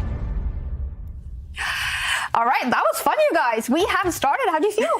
Feel great. Yeah. Some really great clashes to start the day. Exciting chess. Their players are holding nothing back. Yeah. I mean, there was exactly nothing about holding back, no quick draws, no saving anything. This was action from the get-go. I mean, did you see Arjun's game? We got a brief look at it. What was that? That was destruction on the board. Magnus from the start with that H-pawn going forward, delivering a checkmate on Sarana almost, and everything was busted there. All out. This is the kind of chess we love, and we're getting all the action that we were hoping for. Definitely. And we're going to follow now from the start, game 2, between Arjun Erigaisi now with the white pieces against Ali Reza Firouzja. Firouzja, he has to make a comeback at some point today because he did lose the first game. And can you imagine the self-confidence that Arjun must have after winning not only the game, but in the fashion he did it? Yeah, not just winning a really stylish victory, but also winning with the black pieces in a 4-game match. Having a win and having more whites in the remaining games, that's a huge advantage. And Erigaisi, he plays all sorts of openings now. What's going to be interesting for me is whether he goes, again, all-out attacking approach, which served him so well in the first game, or does he take a calmer approach? I don't think that latter one will help actually too much against Firouzja, because things will get messy at some point anyway. You have to fight fire with fire, but yeah, it's going to be fascinating. His first game was just incredible. Both teenagers, both 19 years old. Do they also have a similar style, or are they very, very different kind of chess players? I think they're quite different. I think that Ali Reza much prefers energetic play. He doesn't like sitting in passive structures. Whereas for Arjun Erigaisi, he doesn't mind maneuvering around the board. He's actually quite mature for his very young age. Okay. So what kind of game should we then expect? I think Arjun's very combative as well. He's not afraid of taking decisions that blow up the position. It really depends on what the position really demands. I've seen him play at the Tata Steel Chess in India, the Rapid and Blitz. He's an absolute monster in speed chess. We've seen him in the Champions Chess Tour. He really thrives in these formats. And Ali Reza loves fire on the board. Arjun's ready for it. Yeah. He will have the white pieces in this one. In the lead, Arjun Erigaisi. Is he one of those players who plays everything under the sun, or does he have some favorite kind of openings? Well, when he first burst onto the scene, I felt that he was really kind of an expert in certain structures, certain types of positions. But lately, I was looking at Tata Steel Vaikanze. He was playing everything, and not once would he hold back. He had a difficult tournament there, I think losing 4 or 5 games. But still, every game, he'd come back and go for his opponent. And that type of strategy is going to really serve him well in the long term. And of course, he had a breakout year last year, and that was due to his universal style. Just the fact he can play anything and had the confidence to back it up. And yeah, I'm fascinated to see the first few moves. Should we do predictions again? Yeah. It served you well last time, Kai. Ah, that's true. I'll keep my D4. Am I allowed to copy Kai? Because she was correct the first time. I want to join you this time again. D4? Yeah, we're the D4 team. Yeah. I'll go with Knight F3. Okay, I'll go. Oh, you've stolen all the good ones. G3, just to throw it out there. And okay, we have Firouzja on our picture. It looks like, is that his kitchen again? Maybe a change of scenery for Ali Reza. Yeah. Well, David, the one thing that hasn't changed is Arjun's expression on camera. He always comes on these tournaments looking like he's just woken up, gotten out of bed. Sure. And then just goes on to blow up the board. Yes. He might be going to bed soon. It's very late in India, so it's nearing bedtime for him. But you are correct. Through all the events we've seen him play, he won the Junior Speed Chess Championship, beating Nihal Sarin in an epic final. It looked like he didn't even break a sweat. Wow. Wow. And he also made it all the way to the final in the Julius Baer Generation Cup last season. Arjun Erigaisi, he did lose to Magnus Carlsen, but he played a fantastic tournament to make it all the way to the final in that one. Did he really make his big breakthrough last year, Arjun Erigaisi? It felt like that. It felt like everything he touched turned to gold in 2022. He won a bunch of tournaments on the online scene. He was steamrolling through some kind of world-class players. And of course, 2023 didn't start off that well for him, but we know he's on a hot streak. He's over 2,700 now in Classical. He's there to stay, and we'll be talking about him, both of these players, hopefully, for years to come. I really hope Firouzja as well comes back to over-the-board chess a bit more in future. It's been maybe a bit more mysterious what he's been up to over the last few months, but Erigaisi, he's been playing tournament after tournament after tournament, barely taking a pause for breath, and that's helped him improve. That's the trick to success. So I went to Tato Steel to interview a few players, and many of them would mention Alireza Firouzja as one of the favorites in the Champions Chess for 2023. And they would also mention something about fashion, that he's gotten into fashion lately. What is that rumor? I think that's the memes, right? Online people just say that all the time in the chats. He might be into fashion, but it's clear that he's still into the chess, and we do have liftoff, so the game is underway. Here we go. Game 2, you guys, between Alireza Firouzja and Arjun Erigaisi. Well, he might be into fashion, but you guys should get into punditry. I mean, Kaya and Robert, 1d4 on the board. I love it. Nailed it again. And it's a London system. Are we allowed to boo openings here in the studio? Is that because it's a boring opening? I just think that it creates a situation that is a slower build-up. You know, it's not going to be a game. Maybe they'll show differently, but it's usually kind of a calmer start to these positions. Yeah, I think we're only allowed to boo the London system, the French, and maybe the Berlin. Those three. Anything else is off limits. Those three, fair game. But yeah, it has made Firouzja pause for thought. I'm very surprised, I must confess, because Erigaisi has been dabbling in the London system quite a lot over the last year or so. He's also been playing the Jabava London many times. He used it against Magnus, for example, in the World Rapid Championship. So this surely shouldn't have come as a surprise if Firouzja was doing his preparation. But maybe he was just thinking, new match situation, I'm down a point, I want to play for a win. I can't just choose a solid option. I can't just play for a draw in this one. So Firouzja fianchettos his light squared bishop over there on the queen side. I was about to say, could we be going towards a Queen's Indian type of setup? But d6 there, pushing a pawn, just blocking the London bishop, the white dark squared bishop there. Very sensible. He's getting ready to bring more pieces out and just keeping Erigaisi guessing here. It's very much out of the realms of theory here. It's just about who understands the plans, the setups better in the ensuing middle game. I also like how flexible both players have kept their structures. Black can also fianchetto the other bishop, I was just about to say, from the king's side.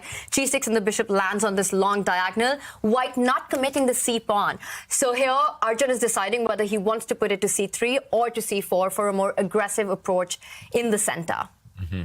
First, we might see Erigaisi just get his king to safety, get the white king castled. London system players, they follow a tried and tested method here, a system in the opening. They just want to put the white bishop out, maybe on e2, get the white king castled, drop the dark square bishop back, and then start playing chess, and then start playing the game. The London system, not everyone's favourite. Loads of memes out there for it, but hopefully this one will liven up at some point.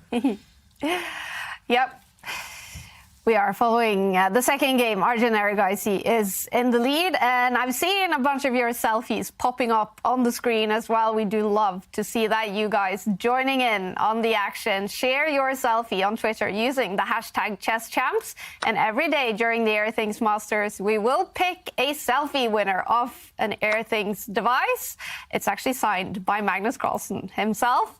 So enter the competition by sharing your selfie. We want to see where in the world you're watching the chess from, who you're watching it with. Is it late at night? Is it early in the morning for you? Wherever you are in the world, share your selfies. So if I share a selfie of who I'm watching with, the three of you, do I automatically win? You don't automatically win, but you automatically enter the competition. We'll fix it so that you don't win, Rob. We might also be able to hook you up with an Airthings device. I appreciate that. Yeah. We'll talk about that more throughout the event, but air quality, we have found in past seasons, in past years, that it has had a direct effect on the players, the quality of their play. We've seen Magnus Carlsen play well when he's got great air quality. I know Anish Giri really lives, he kind of swears by the Airthings device, so hopefully whoever gets it in the end will use it to kind of benefit their chess. I mean, so important for chess players with the online chess playing from their homes to have good air quality. If CO2 levels are super high, it's going to be hard to concentrate. For sure. And something else that needs air is someone's position. And you see the last move that was played, the pawn push in the center gives some air to the black pieces. And it looks like Arjun, he decides to hop forward with his knight. He's keeping the tension. That's something very instructive in chess. You don't release the tension until the moment you feel is ready, because you don't just want to take a piece as it is simply offered. But this does give black the opportunity to push that central pawn forward and create an attack towards the white king. So it's going to be an interesting battle here. I think just the type of position that Alireza Firouzja could hope for out of a London system. Yeah, and the debate is always, as Robert mentions, when to push this pawn forward or if to push this pawn forward, because, yes, you can gain some time. Actually, he doesn't go for this. He captures the pawn. But after the white knight steps back, the dark squared bishop, the London bishop, actually gains in power, gains in influence along this diagonal long term. And unless you can actually go for this king and checkmate it, then often this is something that may backfire. Instead, Firouzja, slightly surprisingly to me, captures this pawn. This is something we don't often see in the London system too much. Now white, I'm assuming, will recapture this way, and there will be a semi-open c-file for the white rook later. Still the same issue of this dark square bishop having a watchful gaze over this diagonal. This does happen, and Firouzja says, OK, you've got a slightly more open position now. I'm going to lock down the queen side. I'm going to fix the pawn structure here. Black's pawns are going to stay in this formation for, I think, forever, if they can. And play will switch towards the central squares. Black is maybe going to plant a knight on this nice e4 square and start pushing some pawns towards the white king. From your London experience, London system experience, guys, what do you think? Is this, well, who's this going to favour, this pawn trade? I'm surprised, I must say. I actually like what Alireza has done with this pawn trade, and I think it was encouraged by White's move, pushing that a pawn to a4. And this is the point that I was going to make, David, that the knight can jump to b4 as well, because White's pawn has all the way gone up to a4. You don't have to move a3 pushing that knight. So the b4 square is a super nice square for your knight to land on. So yes, you want to trade in the center, forcing White, well, not forcing, but White wants to pick that pawn up with the c pawn as he did. But in that bargain, you kind of give up control over this b4 square, and that's what Alireza is fighting for. So a nice idea there. Okay, interesting stuff. Although I might say that the pawn push that Alireza made of pushing the pawn to a5, I think that gave White some ground, because just like you're bringing the knight into b4, White can bring the knight via a3 up to b5. And the big problem for Black is you can't touch either the c or the d pawns. If you push the c pawn, you lose the pawn on d6. If you push the d pawn eventually up to d5, if the knight moves out the way, then c7 will be a quick target. So I feel like that move a5 was one of those just small moves that has a big consequence. Mm-hmm. Consequences for both sides, certainly. And let's go back to the players. I do expect them, because this is a more maneuvering type of battle, to spend quite a lot of time. I do notice, especially in the rapid format, players tend to invest their time when there's lots of different plans to choose from. When it comes to calculation, they're so quick. They make decisions very, very fast, and they're usually right. So here, where there's no right or wrong answer, where it's just a matter of taste, a matter of style, they do tend to tank for a while. So Erigaisi now down 3 minutes on the clock. This is kind of a reverse of the first game between these guys, when it was Firouzja and his clock handling that cost him. But wow, piece sacrifice. And Hanya, your first instinct was what? He's given up a bishop, his London bishop, for 2 pawns. That is the bishop that you just love. This is the reason you play the London, and he gives it up. Well, the idea is clear. You're hitting that rook on e8. You're hitting that bishop on b7. And Black has to answer the question, has to give back some material here. There's one interesting idea that does exist. Queen b8, defending that, saying that you take the bishop, you take the rook on e8, but I get 2 pieces in return. And it looks like it might be enough for Black. I am shocked at this decision, David. Yeah, and if we do a quick count now, we do see that White has parted with a bishop and knight. That's worth 6 points. Black, however, has parted with a rook and 2 pawns worth 7. So kind of if we do a bit of maths, White should be ahead. But top chess players, they often prefer the pieces rather than the rook and pawns. Here, White's rooks, one of them is okay on the open c-file, the other one fast asleep at home. White's pawns can't really advance, and often it actually helps having more pieces. Here, Black having the knight and bishop, because if you do whip up an attack later on, 2 pieces will be better than 1. And Robert, what do you think of this committal decision by White? Well, big choice from Arjun Erigaisi. I'm used to trusting him. He's such a strong player that he would not make the sacrifice. So he hadn't looked at a similar type of sacrifice in the past. But what we're saying certainly holds true, that the two minor pieces can team up on a square or on a piece, and rook is only one piece. It's going to be difficult to defend. So for now, I like white's position. I think everything is nice and neat. But I could see a future where black just improves piece by piece, and then white will not be able to deal with it because there are no more targets in black's position. What are you going to go after? Everything is safe and sound. So I do feel like as this game continues, it's decide who has the better plan that is going to have the advantage. Yeah, so this one, despite the evaluation bar being roughly in the middle, it could go either way later on. And yeah, I kind of love and hate that decision by Erigaisi. I hate it because I would never be brave enough to play something like this myself because it's so imbalanced, it's so complex. But I also love it from a fan's point of view because this one is going to be anything but a draw. This one, it could go either way, especially if, as we predict, is very likely at this point, black's pieces do start to improve, do start to mobilize. And white's rook, if it can't use the open C file, it will feel like a bit of a silly piece. So, yeah, all to play for in this one. All to play for, and black needs to watch out because white has got a devious threat right now because white wants to push off that knight on d5 with the move like e4. Notice how the queen on e8 cannot pick up that pawn on e4 because the knight on d7 is hanging, and then you'll be forced to move that knight and white's rook can jump to c7, which is why Alireza takes the decision to move the rook to the center of the board, defending the d7 knight, so that if you do go e4, now the black queen is free to capture the pawn. Yeah, it's free to capture the pawn, and importantly, the knight is defended. So, yeah, hidden threat there. I actually missed that one, Tanya. But, of course, these top players, they do spot those ideas, and nice defensive move there from Firouzja.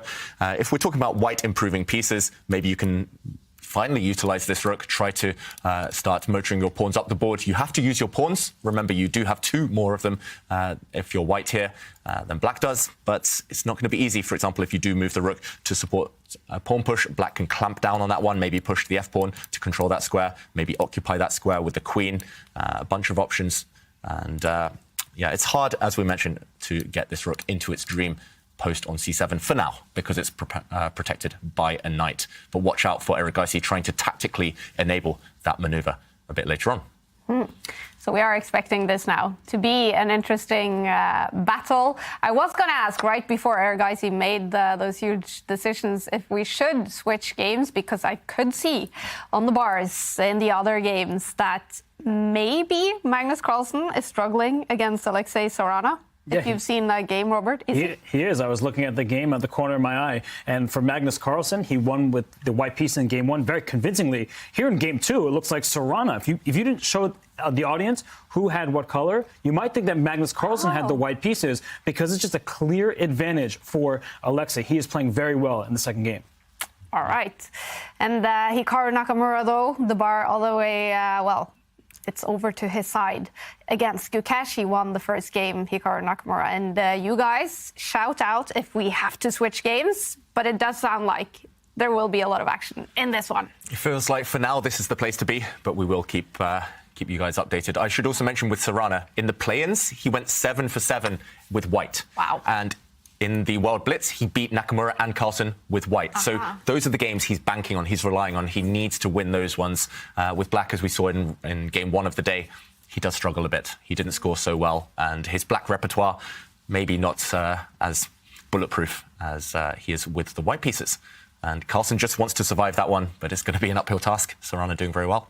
And Sarana is known to be a beast with the white pieces. His preparation, the way he plays once he gets the initiative, so it's definitely going to be a tough one for Magnus.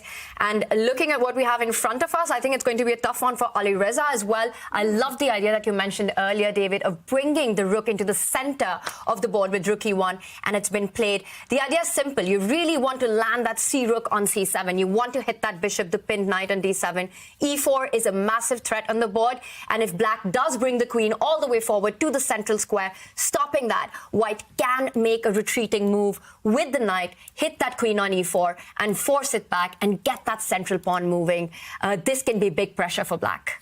Yeah, if these two pawns land on e4 and d4, they control all the squares. They neutralize the vision of those black minor pieces. They really take away some squares. The knights aren't necessarily on great circuits right now. Okay, you can plant a knight on a nice outpost, but suddenly, boom, the rook lands on the 7th rank, and disaster for black, potentially. Yeah, suddenly big questions to answer for Firouzja. I think a big question is why he made his previous move. The position is one that is very complicated, so we don't want to be overly critical, but h6, just kind of a casual pawn push in a position that's getting very messy, allowed white the time to bring the rook to e1 and push this pawn up in the center, kicking away black's minor pieces. So I think that h6 was just a little bit too slow in the position. He probably should have moved his queen up out of the pin, and that way his knights could be a bit more free. So I just think that that last move from Firouzja is one he'll regret. Yeah. You can't play slow moves. You don't have that luxury in these types of positions. And maybe that's just a bit of rust from Firouzja. It feels like he's not quite at his best yet in terms of kind of the energetic play that we're used to seeing from him. But will he find a justification for that strange pawn push? This is the current position after white moves the rook to e1. And big threat on the board. He needs to solve it. He needs to find an antidote. And, OK, 9 minutes for Firouzja, 8 minutes for Erigaisi. This one's still in the balance for now. But black the one under pressure. We do have some questions coming in on Twitter with some viewers using the hashtag ChessChamps. There is a question for you, actually, now, Tanya. And I bet this is from a fan in India wondering what chances you give Arjun of winning the whole thing. Well, you know, as commentators, we're supposed to be not biased, but I'm going to admit that I was super happy to see 2 Indians make it to this first division of the first ever double elimination bracket that we've got. We had 6 spots up for qualification, and Gukesh and Arjun both made it to the top. Amazing. And in a great way in the playoffs. I think Arjun, you know, he's had such a meteoric rise. He was around 2,500, and then over a period of a year, he gained about 100 points. Went on to play in the Champions Chess Tour in a brilliant way at the Tata Steel Chess India Rapid and Blitz. Who would have thought that he would have won the championship? He won the Rapid, lost in the playoff in the Blitz, finished second. So I think he's definitely someone to watch out for. Now, when you've got players like Hikaru and Magnus and Wesley playing, you know it's not going to be easy. But in my heart, I am rooting for Arjun and Gukesh. There, I said it. You're very allowed to. Very allowed to, Tanya. Definitely. Well, Tanya, you must be happy to see the last move on the board because the evaluation bars reacted in Arjun's favour. Wow. We need to figure out why now, which is less clear maybe, but it's looking good for white. David, I understand the move rook c8. We've been screaming about this idea of e4 and getting that rook to c7. So Alireza tries to challenge that open rook on the c file. But the one thing that stands out is now the knight on d7 is just super tender. If you're able to build up an attack on that, that would be bad news. Yeah, this would be terrible news if we can put pressure on this d7 knight. It looks difficult at the moment. I'm wondering whether you can, for example, trade off one set of rooks. Actually, I was told that, especially in these imbalances, rooks versus minor pieces, you want to have one of everything. It's like ice cream flavors. Once your opponent doesn't have any rooks anymore, here, black doesn't have any rooks, suddenly you become very tender on certain squares, and especially if the white rook gets into the game. And now I'm wondering, do you push the pawn up? Maybe you switch the bishop back onto this diagonal. Maybe this would be a nasty threat for black to deal with. Actually, now I look at it, this looks devastating. And, OK, he doesn't go for this Erigaisi. I was going to say, now the knight can be defended, yes. For example, you can back it up with another knight, but finally you overpower the knight in the centre. Once it moves, white breaks through on the diagonal. You win at a third pawn, sorry. And this looks crushing almost. And Robert, instead he's gone for something else. He's missed this opportunity and played e4. Is this equally strong? I think it's a case of mutual oversight. We've had so much focus on the c-file and the pin on the knight on d7 that looking at the f7 square being tender was kind of out of their mind. So I get why both players missed it. There's just so much else going on, but a missed opportunity there for Arjun. His position still looks very good. If you can push your pawns in the center, you have 2 extra pawns. You want to make use of them. You're limiting the scope of your enemy's pieces, but the more your pawns move up the board, one of those bishops might end up thriving. So it's a double-edged position, and I think Alireza, now he all of a sudden, with a knight in enemy camp, he can be feeling a little bit better, even if he objectively is worse here. Yep, he's struggling, but he does have this one very active piece, and yeah, you want to kick it out, you want to get rid of it as soon as possible. Thus, Erigaisi comes over, swings his queen, and drives the knight back. He is pushing this piece back. If it has to retreat, momentum white yet again. So still looking good for Erigaisi. Maybe not as good as it could have been. He could have won another pawn to add to his collection, but still very strong. And Firouzja is having to contort himself, play some odd-looking moves, now pushing a pawn to g5. That's very weakening, very loose, that type of move. It needed to happen, though. It needed to be done. and he's clinging on to active squares for his pieces. There is a bit of a difference building up on the clock. Erigaisi certainly spending a lot longer in this game than he did on the previous attacking masterpiece from game 1. But if he speeds up, he's still doing very well. Tanya, still cheering for him. 100%. Arjun realizes that he should be better in this position as long as he keeps those minor pieces that black has under control. The pawn structure in the center takes away so many key squares. That bishop on b5, pinning down that knight on d7. So he knows the position's good, but he can't slow down. He has to make sure that he keeps up the pressure. Now, black's last move, the pawn push to g5, it controls his own knight on f4, but does give up the f5 square.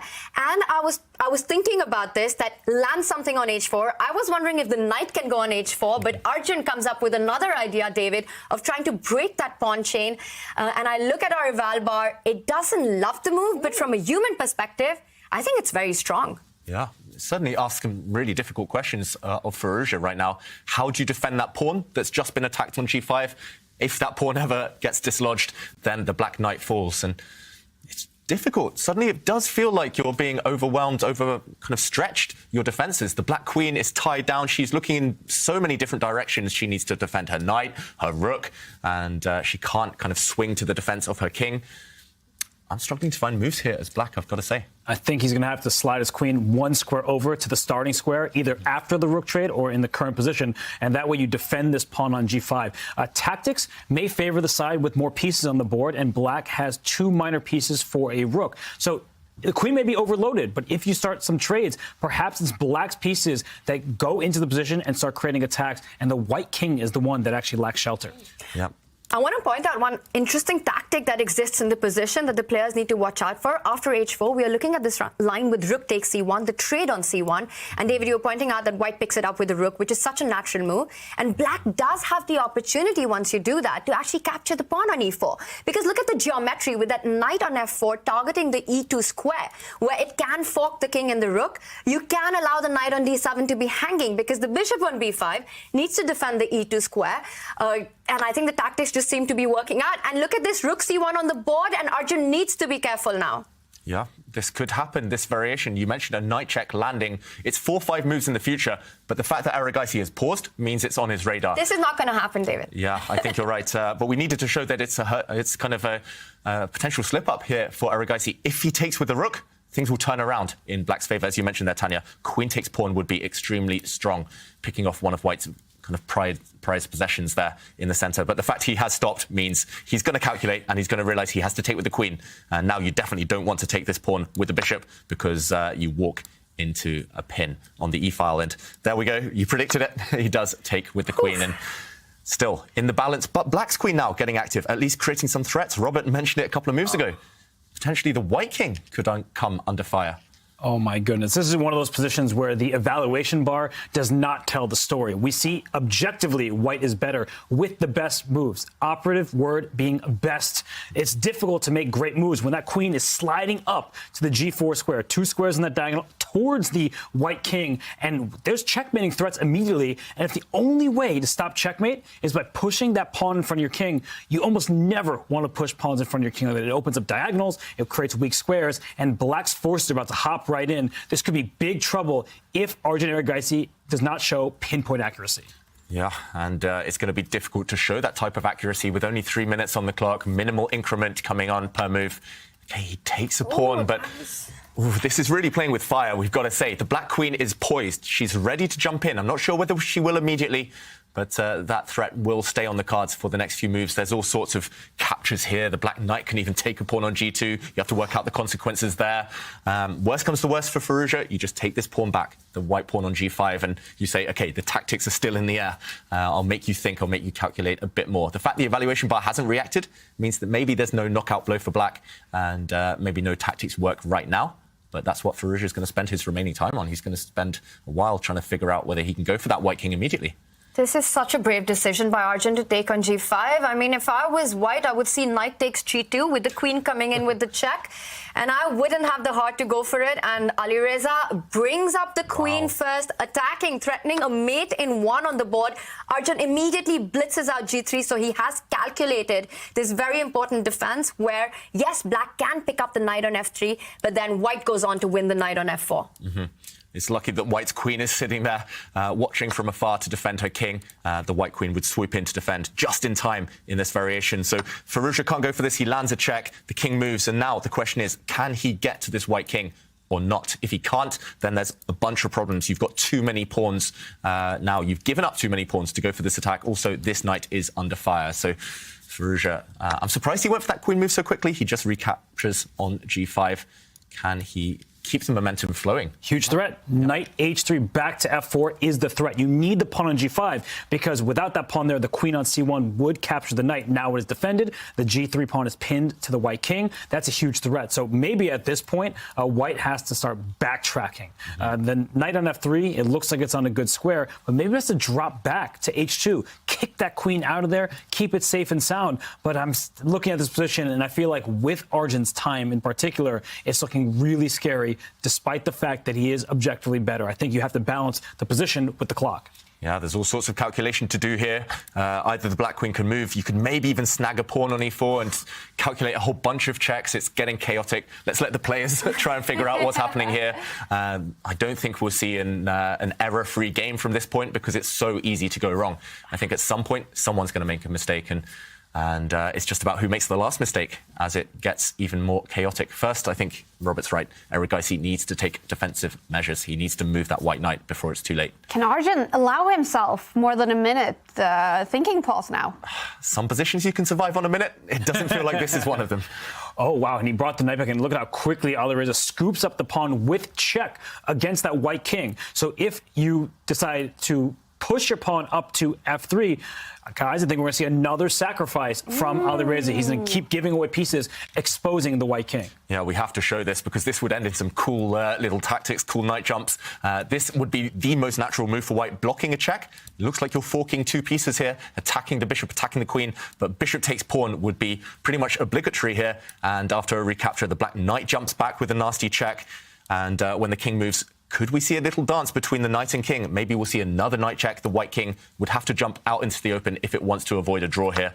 Repetition may be the most logical finish. Instead, Erigaisi doesn't want just a draw. He doesn't want that to repeat. He gave up his rook for the bishop in the center, and now he's captured this black knight on the edge of the board. So it's now a completely different assortment of material. It's one pawn in white's favor, but his king is on the edge of the board. Precarious stuff. Oh, my goodness. White desperately wants to trade off the queens because if we actually do a quick material count, white has 5 pawns, black only has 4. So if the queens just disappear, white has extra material. The presence of opposite colored bishops, that's important to store in your back pocket, in your memory bank, because that means with the queen trade, it's likely the resulting position will be a game where the point is split. A draw looks the likeliest outcome. But the queens are still on. The white king is out in the open on h3. That could be really dangerous, especially with the clock ticking down. Yeah, on Erigaisi's side here, however, pieces are coming off the board, so it will be slightly easier to navigate with no time on the clock. He's attacking this knight, he's attacking this pawn, and I think for now there's not enough attackers around the white king to take advantage of its positioning. So there's almost no time to breathe in this game. I'm so impressed that Firouzja has found his way through these complications, still with 4.5 minutes on his clock, because there were so many options, so many twists and turns just in that last tactical sequence. But we've emerged with this position, and yeah, Erigaisi would love an endgame. He's not going to be given one, however. Firouzja is going to keep going for that white king. What do you think will be the result right now in this game? Will we see a winner? Will it be a draw? What do you think? This is so tough to answer because this position is literally playing for all results. Everything is possible, and it looks like, yes, draw might be a likely outcome, but the path to that draw is going to be super risky. Anything can happen. One of the ideas that comes to mind for Alireza is to give a check on f5. You were mentioning the pawn on g5 is attacked, the knight on d7 is attacked. A check on f5 would defend and guard both these undefended pieces, but Alireza doesn't care about defense. He wants to pick up that central pawn. He goes for it, but in return has to give up this very key pawn. I said draw is a likely result. Cut that out now.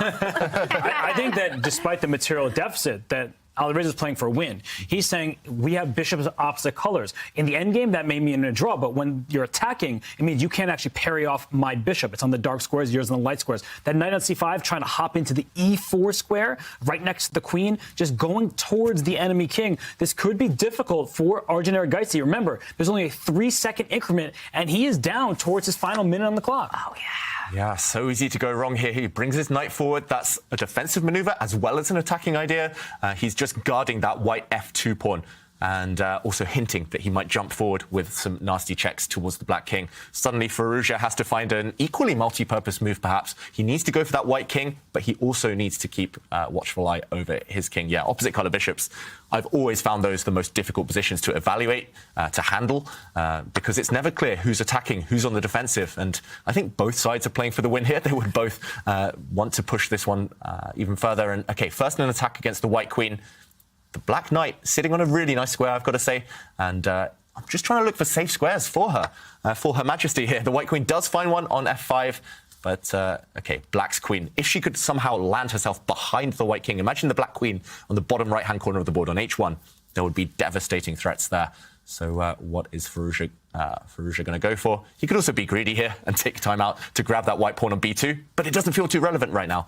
So I would be slightly surprised to see that one. And it would allow that bishop, which has been sitting on b5 forever. Before it was pinning a knight. Now it's doing nothing except for staring in thin air. If that bishop can slide back onto a new diagonal, staring towards the black king, or if that bishop gets to c4, you're hitting the knight and the f7 pawn behind it. That could be really problematic for Alireza Firouzja. So he should not look at the clock and think, I'm going to go flag Arjun Erigaisi. This is one of the best bullet chess players in the world. I mentioned earlier he won the Junior Speed Chess Championship by taking out Nihal Sarin.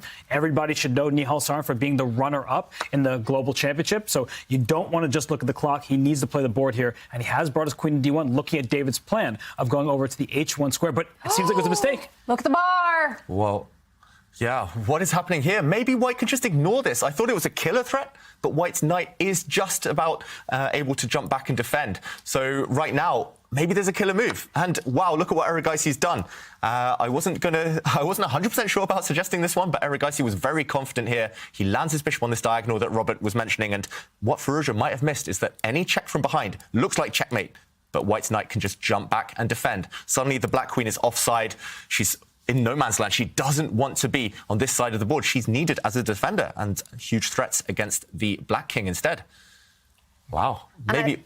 Sorry, go on, Tanya. No, go, finish your. I was going to say, maybe it was just a bit of a bluff by Firouzja, and now he's regretting it. Yeah, we saw that little head shake by Firouzja there. I think he completely missed the fact that Queen h1 is not a checkmate.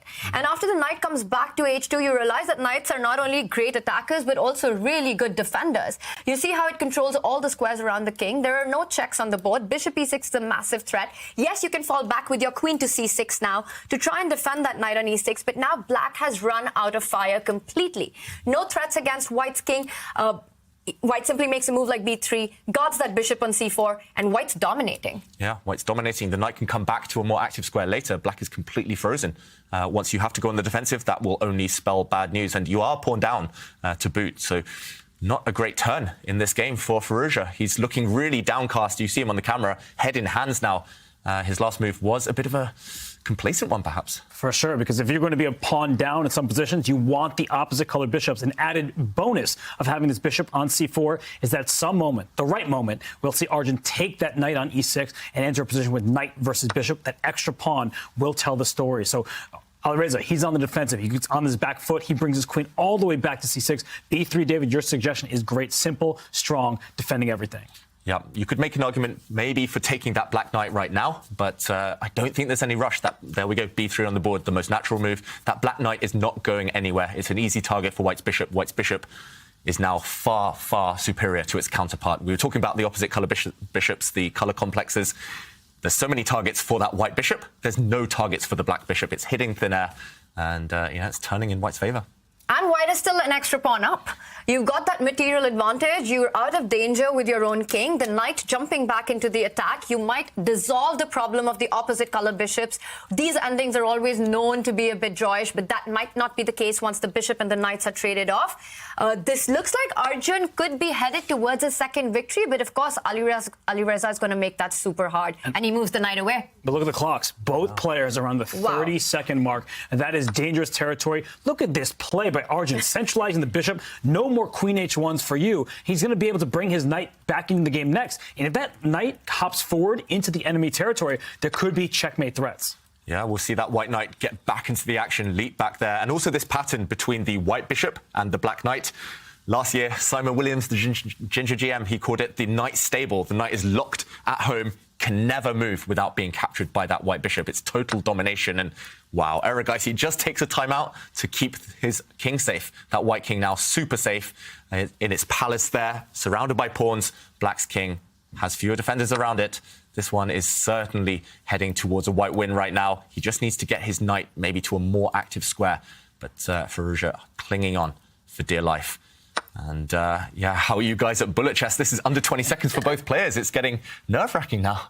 But look at Arjun. He doesn't look nervous at all. And this is what I've always admired about him, that in the face of extreme time pressure, just the best in him comes out. He's still, we can see with the Valbar, making the best moves, keeping his pieces centralized, keeps everything protected. This is some great advice, by the way, that whenever you're low on the clock, just make sure that everything's protected. The bishop on c4 is guarded by the b3 pawn, the queen's guarded by the king, the knight's defended, everything under control. Whoa, everything under control. But suddenly the position has changed. There were 2 or 3 very, very quick moves there. And suddenly Firouzja has grabbed a pawn. That white pawn on f2 was captured by the black bishop. The white queen is overloaded, having to defend her own bishop in the center. Couldn't take that black bishop.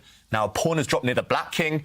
It's total chaos, despite the reduced material, and black's king is on the run. But that knight on d8, do not take it with the knight on f7. That knight's a very bad piece. I thought he was going to bring his knight back to e5 with check and say that knight is dominated on the back row. Instead, he brings a queen in with check. I feel like the black king is slithering away, and that gives Alireza increased chances to survive. Yeah, and it feels like Erigaisi, the nerves are kicking in. He's giving a few checks to gain time on the increment. Knight on d8 now. Yeah, he's attacked the diagonal. This check can be blocked by black's bishop. The black bishop slid back to block. And still a dance between the white queen and the black king. Firouzja leaning back, though, and... It's over. He won a piece. He won a piece. The black king now cannot take that white knight because then you lose your bishop.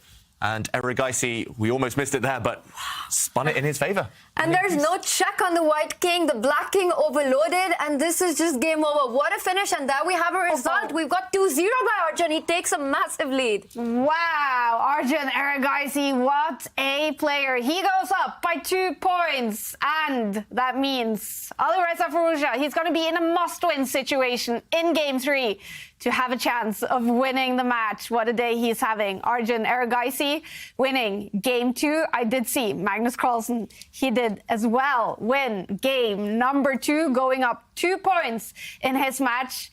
And is Hikaru Nakamura about to do the same? And this is not the position from this game. This is the position from game 1 of the day. Oh. So hopefully we can get an update, a refresh on that board. It looks like, okay, Hikaru leaning back. He did just take the win.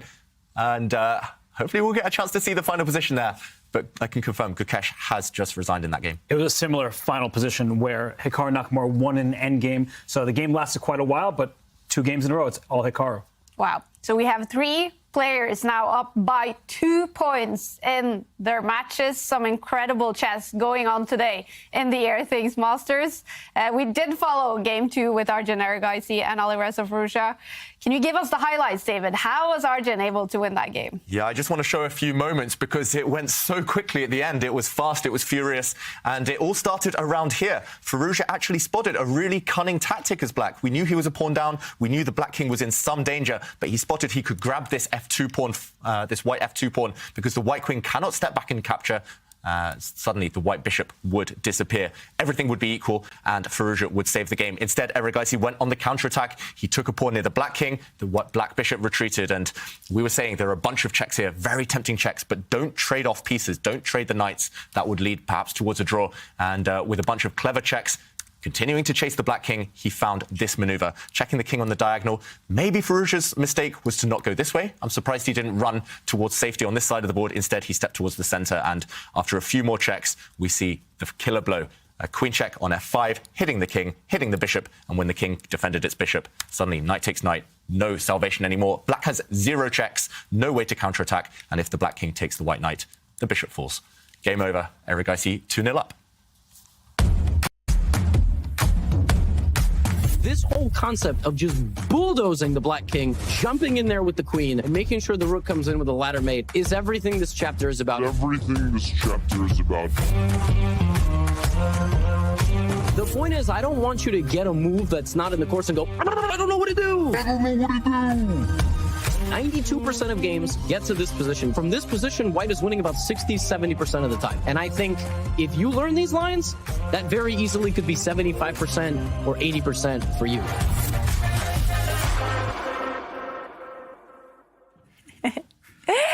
Tour director Arne Horvei is joining me in the studio to talk about this new exciting season of the Champions Chess Tour. But if you're not yet a subscriber on Twitch, we're going to send you to a Twitch break now.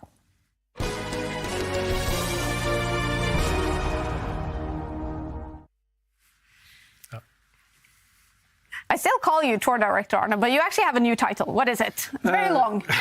It's hard to say much, but I'm here now as the head of Champions Chess Tour production. Head of Champions Chess Tour production. It is the first day of the Airthings Masters, the event, the first day of the 2023 season. How are you doing? Are you excited? I'm so excited. Yeah. It's so amazing to finally be on the road again with this new exciting format in this new environment that we're part of now. So this is really cool. Yeah, and there's so much new stuff to the Champions Chess Tour.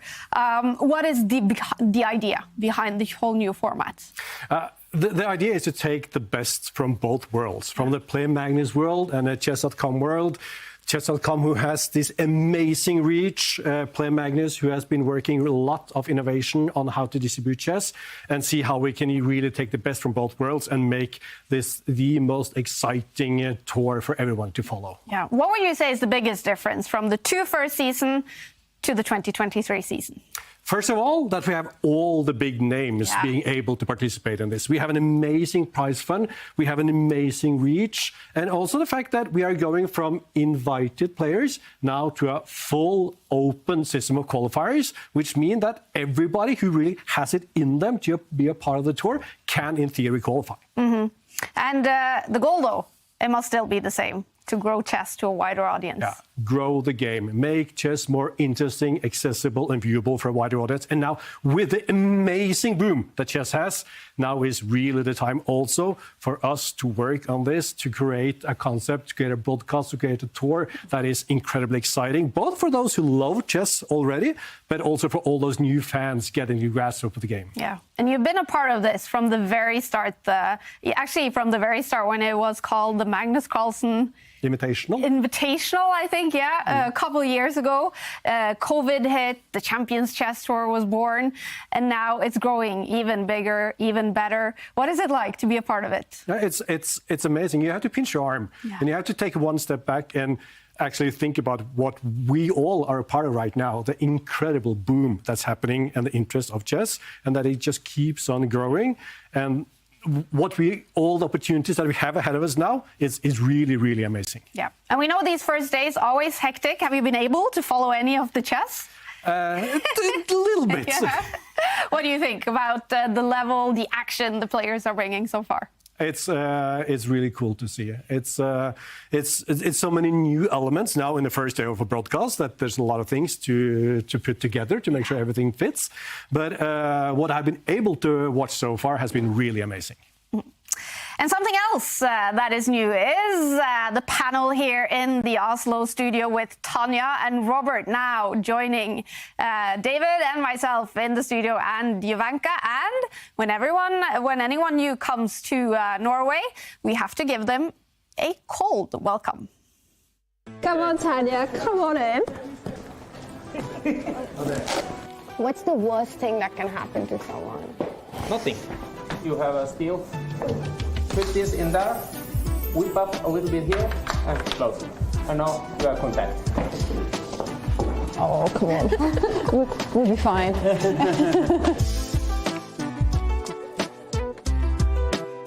Welcome to Oslo, the home capital of the world's best chess player, Magnus Carlsen. I feel like Bambi on ice, but we've got no excuse. We're going to win. Team England.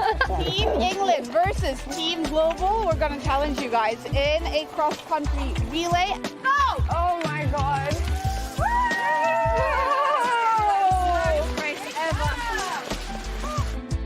Not so easy to. I will survive. Yay. Come on, Tanya. You can do this. Go on, Yobi. It's coming home. Tanya, you got this. I'm like the Terminator. I'm coming up. Oh my God, I got this help.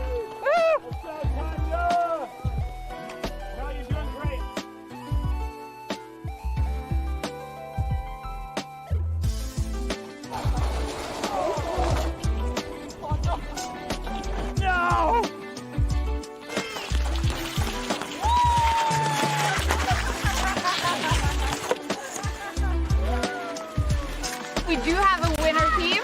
It's Team Global. Yeah. We're gonna head to the Good Night to play some time of pairs chess. I just want to say, everyone, sorry, Ivanka. I let the team down. I was a disgrace.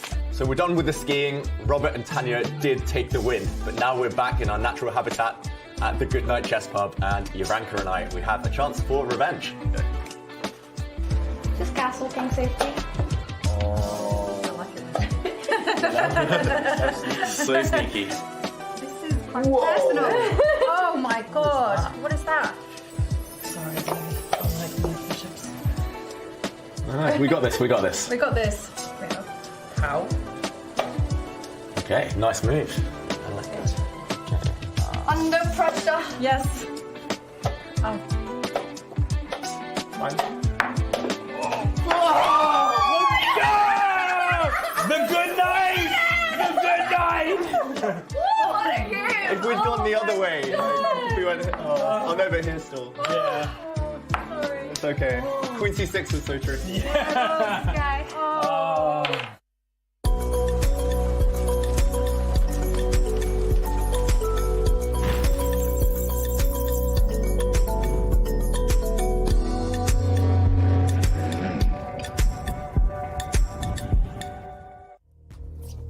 We have to give a shout out to Puma for dressing up our experts in their new, very cool Four Seasons collection. So you were comfortable clothing-wise. How did you feel on those skis, Tanya? I was petrified. I was petrified on the skis, as was pretty apparent from the video, but I have to admit that my heart was beating faster when we were playing the chess. Really? We were excellent. Why was your heart beating fast? It was a lot of fun. It was a lot of fun. And I know I started like an absolute disaster on those skis, but by the end of it, I actually loved it.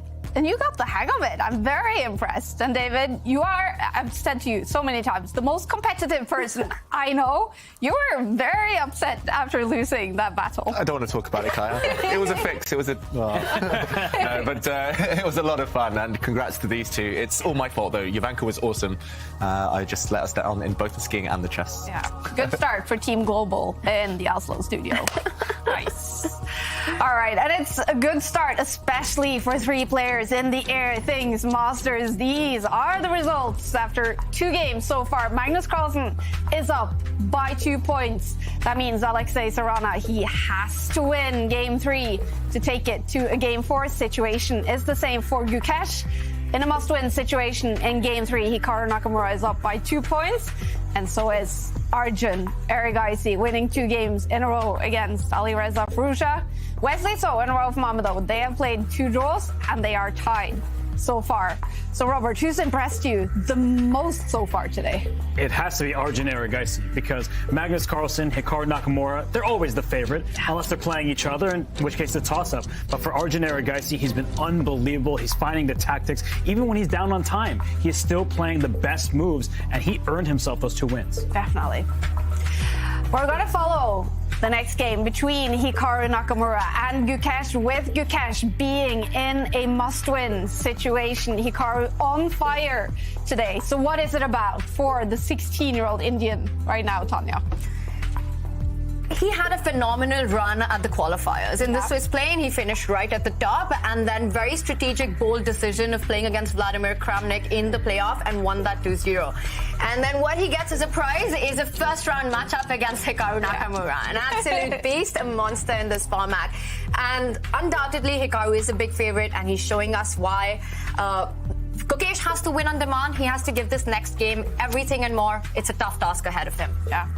Must-win situation for 3 players. We couldn't have asked for a more dramatic start to the Champions Chess Tour 2023. And here we go. Game 3, Gukesh, with the white pieces. We should have asked for another prediction from you, Kaya. You would have got it right again. Another d4. And no Queen's Gambit here. Nakamura, which opening will he choose? Of course, he plays everything under the sun, Nakamura. He tends to go towards the Queen's Gambit declined when he's in doubt, when he just wants a solid position. For Gukesh, it's not just about getting out of the opening, it's about getting out of the opening with a bunch of pieces left, with a very tense position. I do feel that the only way to beat Nakamura for Gukesh now will be to attack him somehow. The endgame has proven to be Nakamura's forte in this matchup, today at least. And it's another London system, though. So do we boo this one, or do we think it's a great match strategy for Gukesh? Well, you mentioned he needs to keep all the pieces on the board. So from that approach, I think it makes a lot of sense. You're hoping for the long game here. Hikaru needs just a draw to wrap up this match. So it's definitely a tough task ahead of Gukesh. He's going to throw everything he's got. He starts slow. One of the things that players often end up doing in a must-win situation is play these rash openings. And they don't end well. So I like that Gukesh has at least kept calm and chosen this line, which kind of gives him the opportunity to get a middle game, to just play for a normal game, and hopefully not get into an end game like you're mentioning. Yeah, he's going to keep all the pieces on the board. This is a rare sideline of the London system where White has had to commit a move to playing Rook B1, just defending that B pawn. Black's queen coming out early. That comes with some risk involved, but at least White does get the time to set up this triangle of pawns supporting the London bishop. But wow, Nakamura trading off the light squared bishops. Looks like a French defense gone right for Black. Very right. The bad piece for Black and a French is that light square bishop. But I know Simon Williams, Ginger GM, he always loves these lines of the bishop sliding out to d7, then to b5, offering a trade. And that means that the pawn structure is very solid for Black.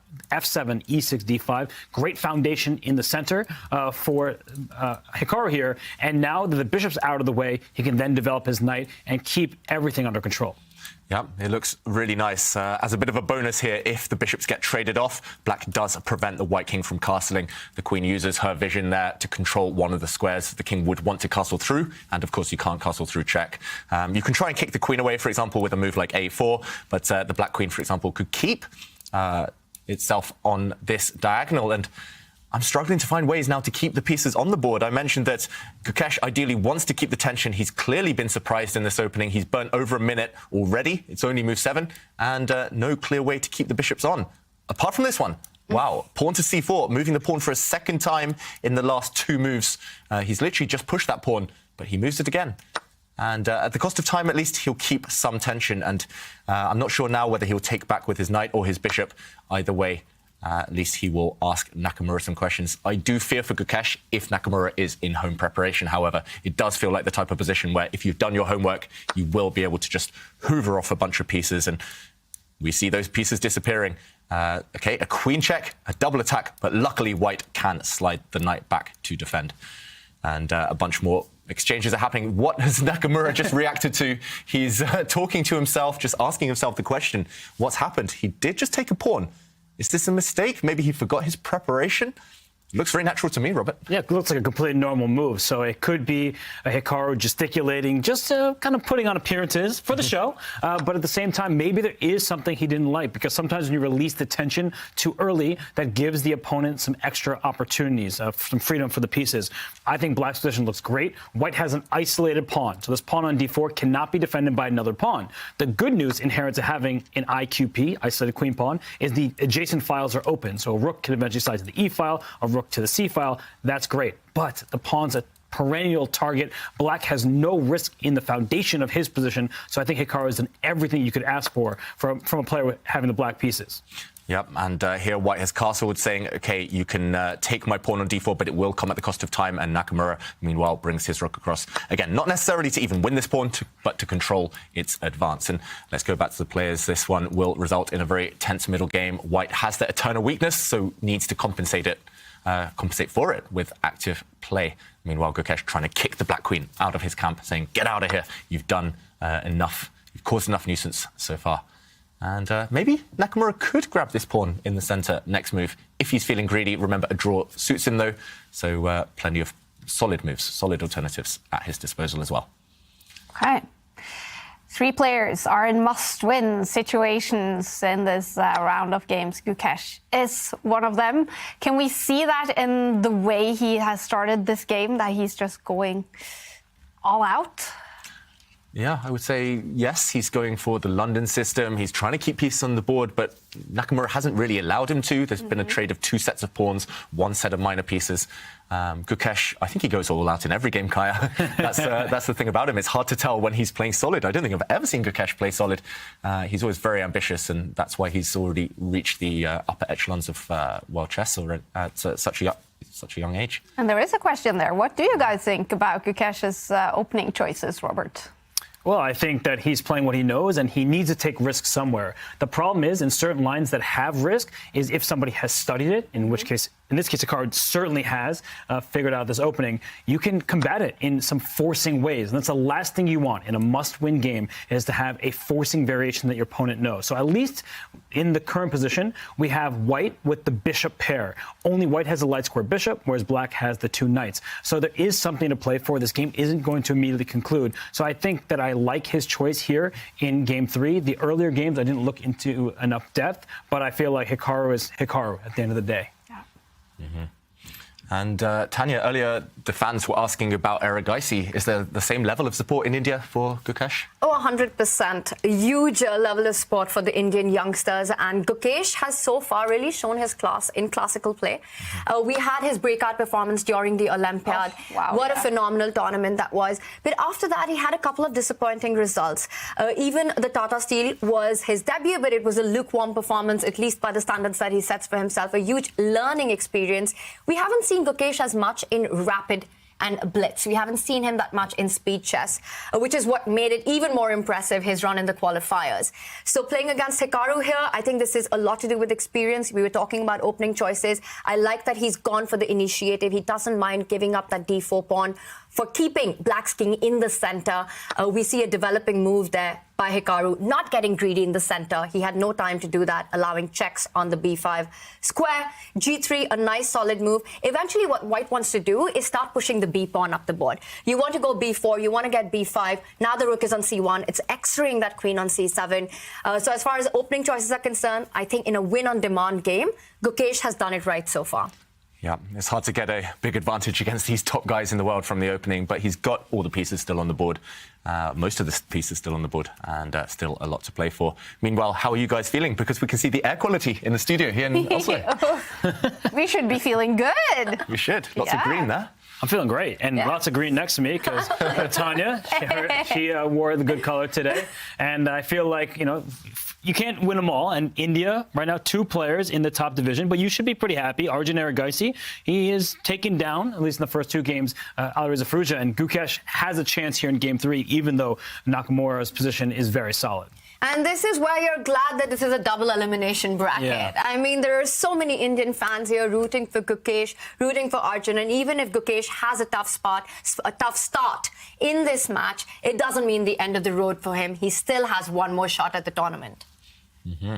Yeah, so he's guaranteed to be here tomorrow, no matter what. Definitely. And meanwhile, Gukesh is throwing those pawns forward before it's too late. He throws his pawn forward to before. I messed up that pun. Okay, he's played b4. And he's trying to push even further forward to dislodge those black knights. And for Nakamura, you're rock solid. You're controlling the square in front of the isolated pawn. Black's knight on the d5 square looks fantastic. You never really want to trade that off if you're Gukesh either, because it will come at the cost of your beautiful bishop pair. But the question for Nakamura is whether you just stay solid, curl up into a ball, cover all your squares, which he's doing right now. The black queen also very passive. But yeah, what next? And I think that's the question for both players, perhaps. Does Gukesh just continue advancing his pawns, maybe on both flanks, on both sides of the board, to try and create some weaknesses, use maybe some pawns as a battering ram? Or do both players just sit and maintain the status quo? It's a very tense position, open to interpretation in terms of plans. And I'm still slightly biased because I love playing against isolated pawns. But yeah, Gukesh, bishop pair, nice pieces, perfectly placed pieces. It's just about, yeah, the next step. Yeah, and a draw is not enough for him. He has to win this game. It's never easy against Nakamura, gotta say. Sorry, go ahead, Tanya. That's the biggest problem, that, you know, he's done everything right in this position. All the pieces are playing, but what is the next move? How do you improve an already very improved position here? The advantage that White does have in return for that isolated queen's pawn is the double bishop pair.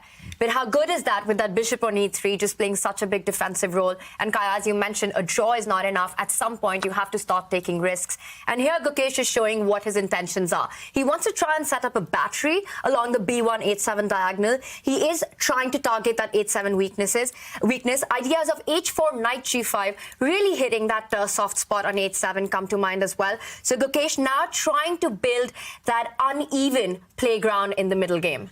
Yeah, and we saw it work really effectively for Magnus Carlsen in game one of the day, going for that h7 pawn. It happens in a bunch of different openings. That pattern is very, very important to remember. If black ever does try and blunt the effect of this bishop, then I think the second plan you mentioned, Tanya, that will come on the board very, very shortly. I don't think Gukesh will hesitate from throwing this pawn up the board. You can often just step forward with the white king as well and slide the rook behind to propel it even further. So still some ideas. I do expect Hikaru here to rotate his knights, as he likes to say on his stream, to maybe drop this knight back and try and bring it to a more active square. Maybe, for example, then he could start trying to trade off some pieces, trade off some rooks. Black is still, defending everything, covering everything. But Gukesh is hinting at an attack, making Hikaru pause. And that bishop on e3 isn't really doing all that much. So there's no rush for Hikaru to take that bishop on the e3 square. Because as soon as you do, white captures towards the center with the pawn on f2. And once that happens, look at the quality of the bishops. We keep talking about opposite color bishops. The bishop on d3 staring all the way across towards the black king, but also can move one square forward to put pressure on the black queen side, whereas the bishop on f6 staring into a brick wall, a defended pawn on d4. So that I don't think would be the best transition for Nakamura. Yeah, definitely something not to rush with. The knight, if we compare the pieces that left the board, the knight just one move earlier is far superior to this piece. And just as we say that, commentators curse Robert. Wow, he plays the move we were just saying wouldn't be a good idea. And wow, he's just happy to fianchetto now. He's going to drop his bishop back and say that this is a nice solid piece, but you're right, it does stare against this kind of statue of pawns, this granite statue on d4. What a weird decision, I've got to say, from Nakamura. That must be influenced, surely, by the fact he's got draw odds in this game. Yeah, if he finds a concrete solution, he's going to go for it. So it's something you strategically don't want to do, but maybe he has it all mapped out. And who would be surprised if Hikaru has seen it through to the finish line? Takes, and maybe he has the result in the bag. Yeah, at some point he will try and prepare a pawn break to open diagonals for his bishop. Meanwhile, Robert, again, seeing deep into the future, some pressure now along this diagonal, met by a knight retreat. Still very tense, but now I think, despite what the evaluation bar says, I would slightly prefer White's chances, White's position. At least easier to play, perhaps, in the near future. It's a dramatic set of games right now. Gukesh, we know he has to win. So does Alireza Firouzja. But I see the bar is completely black. Is actually Arjun Erigaisi winning another one? Yes, I'm just looking over at that board and it looks like Firouzja's taken some huge risks in the opening. It's already moved 15 there. White's king is stuck in the centre, hasn't castled, he's barely developed any pieces, and Erigaisi looking in top form right now. And then Magnus Carlsen, he as well, with a draw or a win in game 3, will take the match, and the bar is saying he is winning. Is that the full story? Yeah, still some work to do there. It's level material, but strategic domination for Magnus Carlsen. He's fully in control of that one, and he just needs to draw, remember. So Magnus, he's going to get that one. He's going to guide it home. And you guys remember that you are in full control of decisions in the studio. If you feel we need to jump to another game, then you call out. I was going to say that before White decided to go g4, g5. This is advancing the pawn in front of his own king, and this is getting pretty hot on the board as is. And Gukesh, of course, has to win on demand to keep the match going, and he's doing everything he can to get a game. I like this move, queen to b5. It is towards the queen side, but what you want to do is get further into your opponent's camp. He's eyeing that d7 square from where he can hit the knight on e7. He can hit the rook on c8. The b7 pawn is soft. So Gukesh here really creating his chances. Yeah, he's going for it. This is what he needs to do. He needs to create some imbalance. There's already the opposite colour bishops, which doesn't necessarily help long-term winning chances. So he has to create direct threats. I like it, Tanya. I'm not sure I'd go for it, this white g-pawn push, but in must-win situations, yeah, you've got to try something. At least there's an imbalance, right? All of a sudden we have a situation where white is going forward. That could come at the cost of overextension, and then maybe it's the white king that will find itself in trouble. But if the king doesn't get checkmated or there's no attack, then I like the mobility of white's pieces. The bishop on g7 is completely blunted by white's pawns. So some trades will be necessary from black. I think that black does have a good position, very strong foundation there, as I've been saying all game. But I do like it from the principle that a draw is equivalent to a loss. Gukesh has to go for it.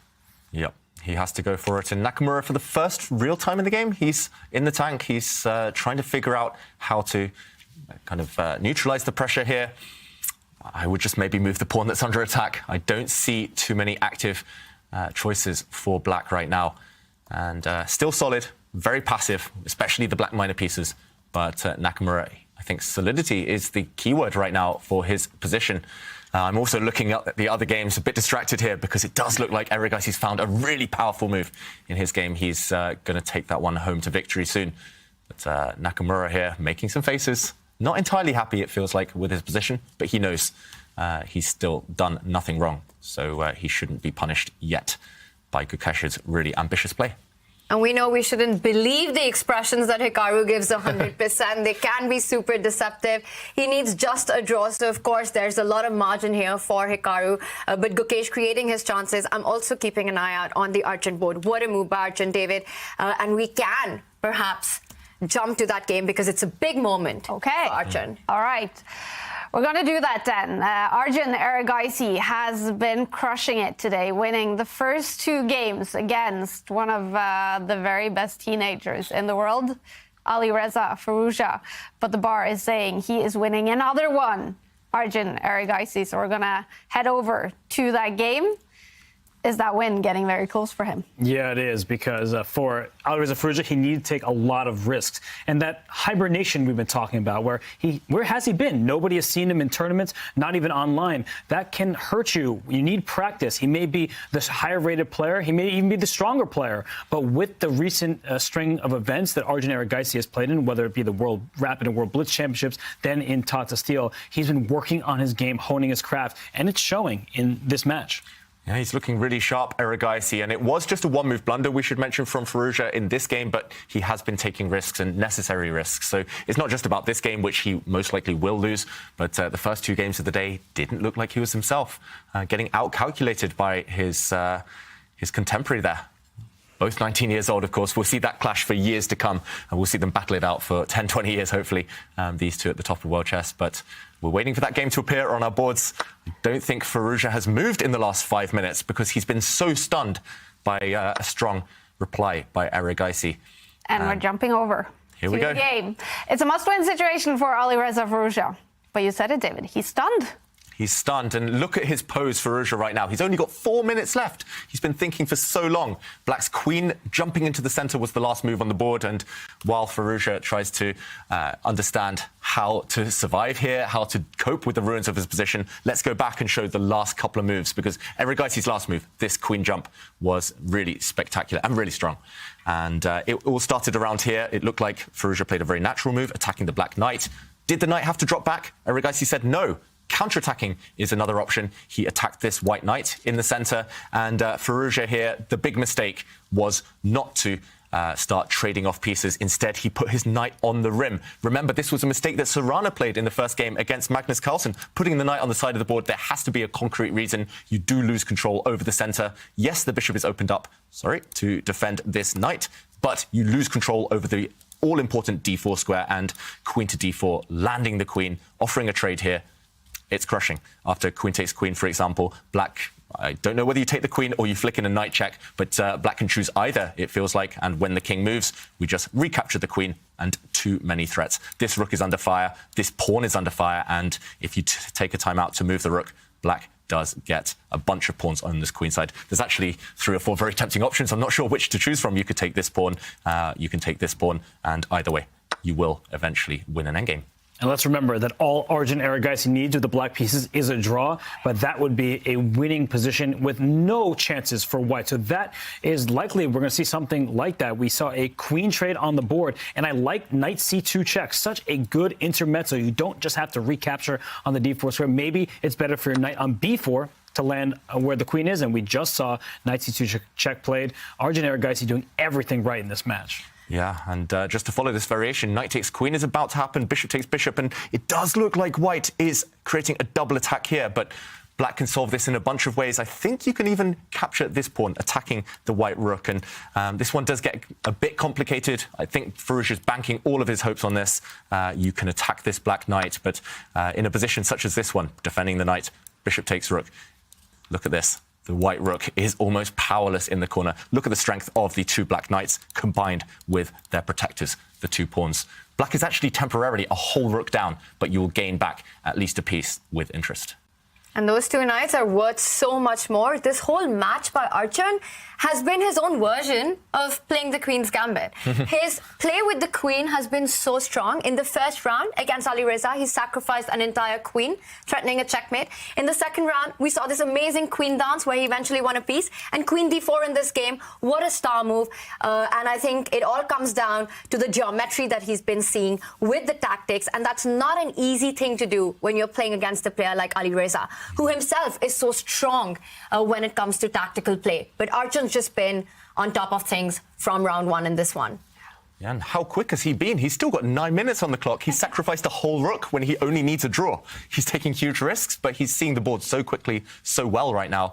And yeah, fair play. He's going to take the win. And they often say when all you need is a draw, the best thing to do is play your normal chess. You're not playing for a win necessarily, but as soon as you start getting overly solid, you might get a bit passive, not thinking about all your options. That's no longer chess. That's just subjective thinking. So Arjun, you couldn't ask for a better match from him. He is about to maybe even 3-0 Alireza Firouzja. What a performance from Arjun, especially after a tough event in Tata Steel. Yeah.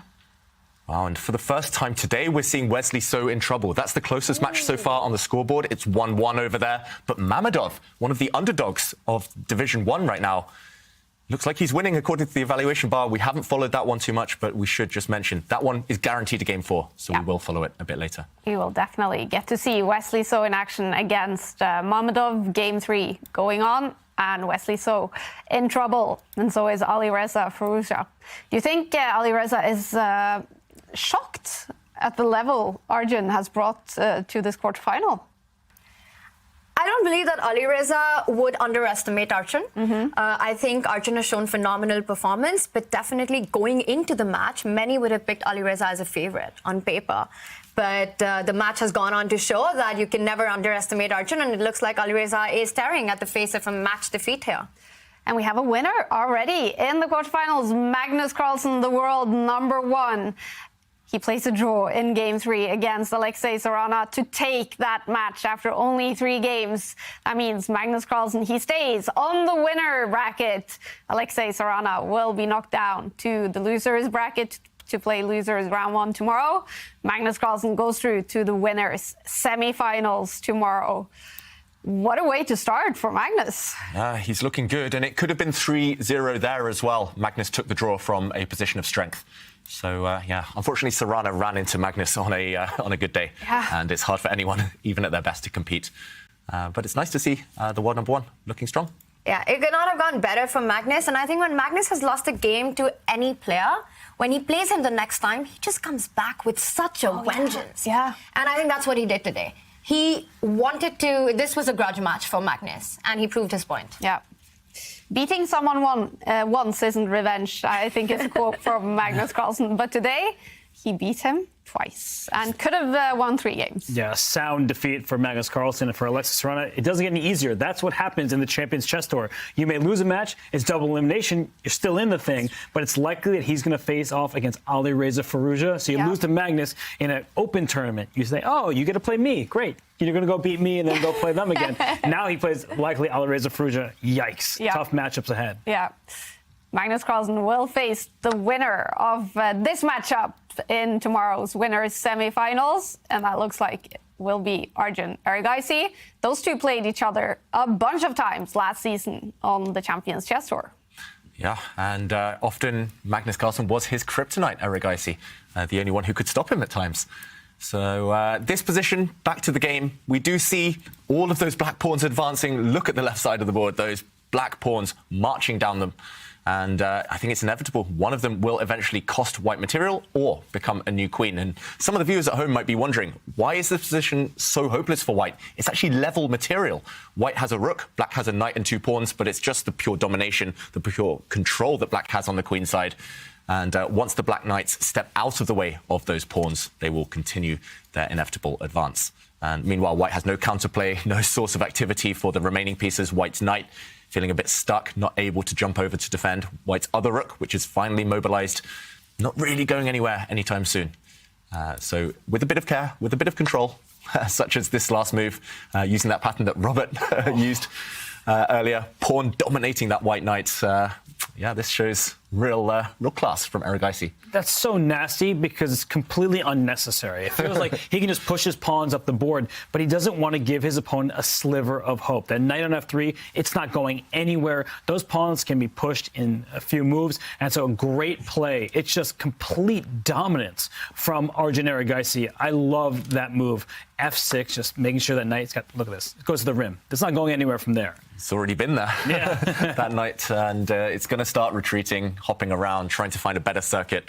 I think here Erigaisi will just take a timeout, defend that f6 pawn, maybe use the black king, the only piece that isn't doing too much right now. And yeah, white is playing without a couple of pieces. Look at that sad white rook, completely controlled by the black knights. Nowhere to go. And this one should be a matter of technique, as they say. It's also 30 seconds against 6 minutes, which doesn't help at all. I was looking at Nora there with a coconut drink in Panama. That looked so nice. Jealous at all? Yeah, a little bit. It's quite cold in Norway, as you guys now know. It's not looking warm on the position for Firouzja either. Look at this knight retreating, struggling to find a way back into the game. It's just really tough. It's been a really hard day for Firouzja. Yeah. Super hard. And he's got knight g2. He wants to find a way to the center of the board. He wants to come on to f4, d5, try and create pressure on f6. Also make sure that black's pawns on the queen side find it difficult to advance. It is winning for Arjun, but he needs to show some good technique here. He needs to find a way to push those pawns.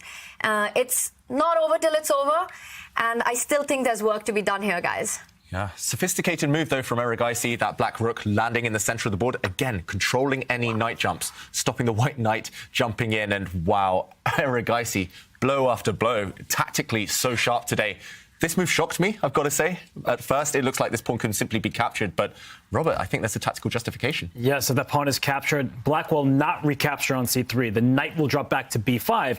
And you may think, oh, why you just give me your pawns? But there's knight c3 check, and it forks the king and the rook. That will scoop up material for black. So this is a devastating tactic in Arjun's favor. He is seeing everything. He's being preemptive. He's making sure the white knight couldn't get anywhere. And now he's deciding to pounce when the moment is right.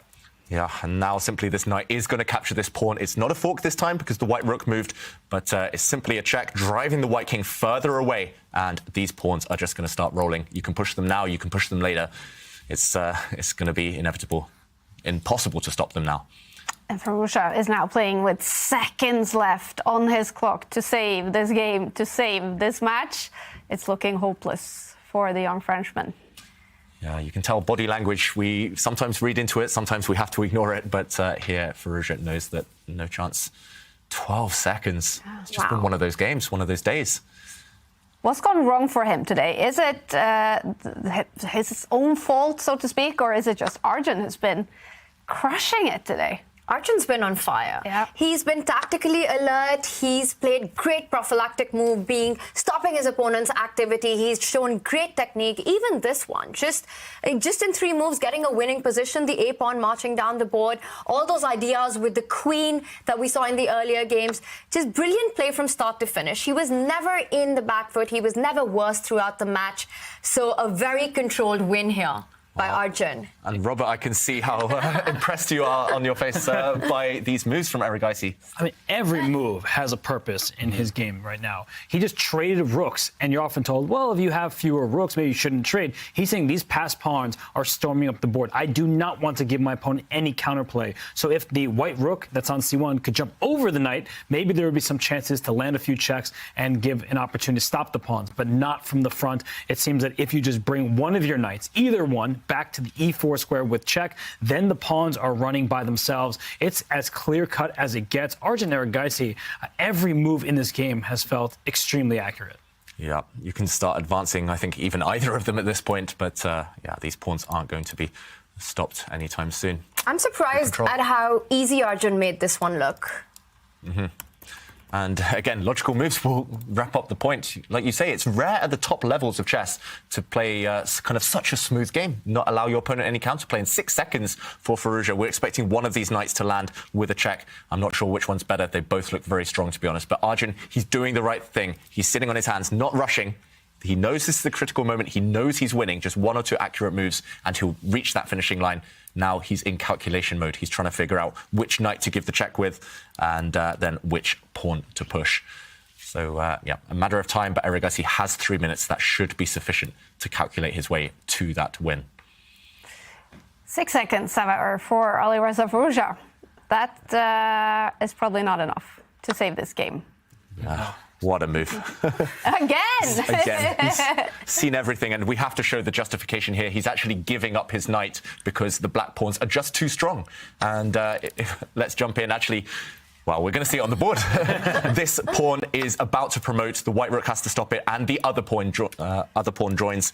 One of them is going to become a queen, and game over. 3-0. It's game over. Arjun Erigaisi takes the match. He goes through to the winners' semifinals, where he will face Magnus Carlsen, also winning his match today. Congratulations, Magnus.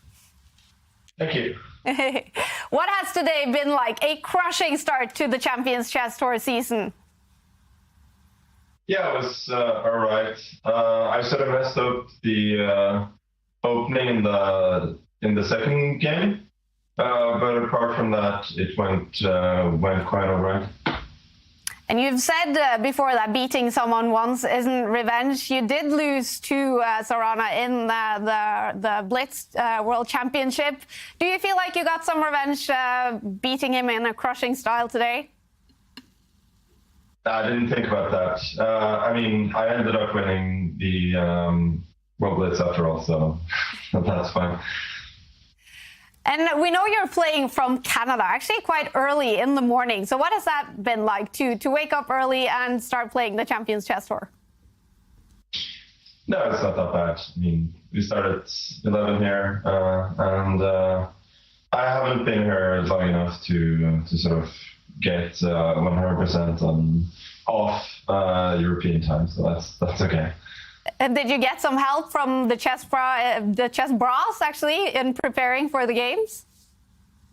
Well, I mean, getting things set up and such, but theoretical preparation was sorely lacking, unfortunately. Okay, got it. Now, Magnus, we can see you guys working together here. You do stay on the winners bracket. We know you were, well, looking forward to testing out this double elimination format. So how happy are you that you get to stay on the winners bracket now? Yeah, obviously that's good, and I intend to do it as long as I can. So yeah, tomorrow's match will not be easy either, but I'll do my best. And Magnus, you're a huge sports fan. What do you think of the jersey on the wall behind you and the other sports memorabilia sitting around there? Yeah, it's nice. I don't know as much as I should about hockey though, so I'll have to learn. And tomorrow, Magnus, winners semifinals against Arjun Erigaisi, someone you played so much last season on the Champions Chess Tour. What's going to be your plan against Arjun? I haven't really thought about it. I'll take him one match at a time, and I thought it was probably more likely that I'll play Alireza instead. But Arjun is very strong at his best, as he showed today. So both easy. Yep. And finally, new format with the clocks as well, only 3 seconds increment. How did you like it? It's a little bit unusual, especially when you get to time scrambles, and like I did in the second game, I was like a little bit. It was a bit unusual for me that I wasn't actually able to think much. I just had to play on instinct there. So I think it will take a little bit of time getting used to it, being more of a sort of a pure blitz finish than I'm used to. It's fine. All right. Well, Magnus, big congratulations on a great start to the season, and best of luck tomorrow. Thank you. Thank you for joining us. Magnus Carlsen is one of several players already ready for the winners semifinals. He's going to play Arjun Erigaisi, and we have to get caught up on results. We do know Arjun Erigaisi has won his match against Furusha, and Hikaru Nakamura. A draw in game 3 means he is also ready for winners semifinals. Wesley So, I didn't see. Wesley So and Mamedov. Wesley So won, surprisingly, actually. What happened there? He turned it around. He was dead lost. It looked like he could barely move a piece at some point. Mamedov in full control, but Mamedov cashed it in at the wrong time, went into an equal endgame and got outmaneuvered. Wesley was too strong in the latter stages of that game. So Wesley So is in the lead heading into a game 4 in that one. Do you now hold him as a favorite to win that match before it even goes to Armageddon? I don't think that anybody is envious of the task of beating Wesley So. He's one of the most solid players on the planet, so good luck to Rauf Mamedov, because Wesley does not relinquish the lead very often. Yeah. And we have 3 matches finished now, Tanya.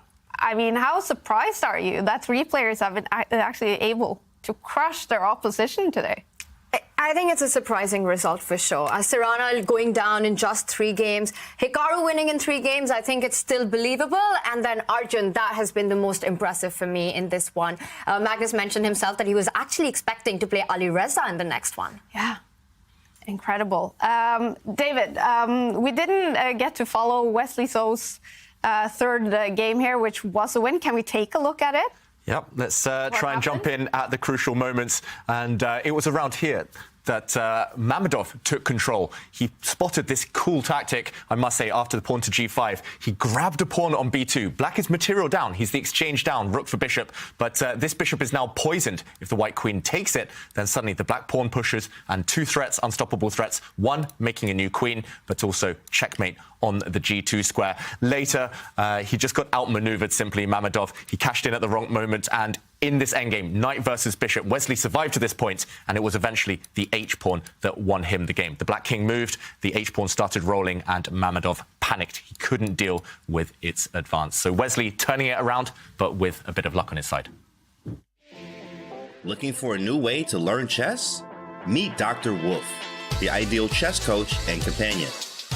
Play against Dr. Wolf as he explains everything step by step, points out strategic ideas, and alerts you to your mistakes.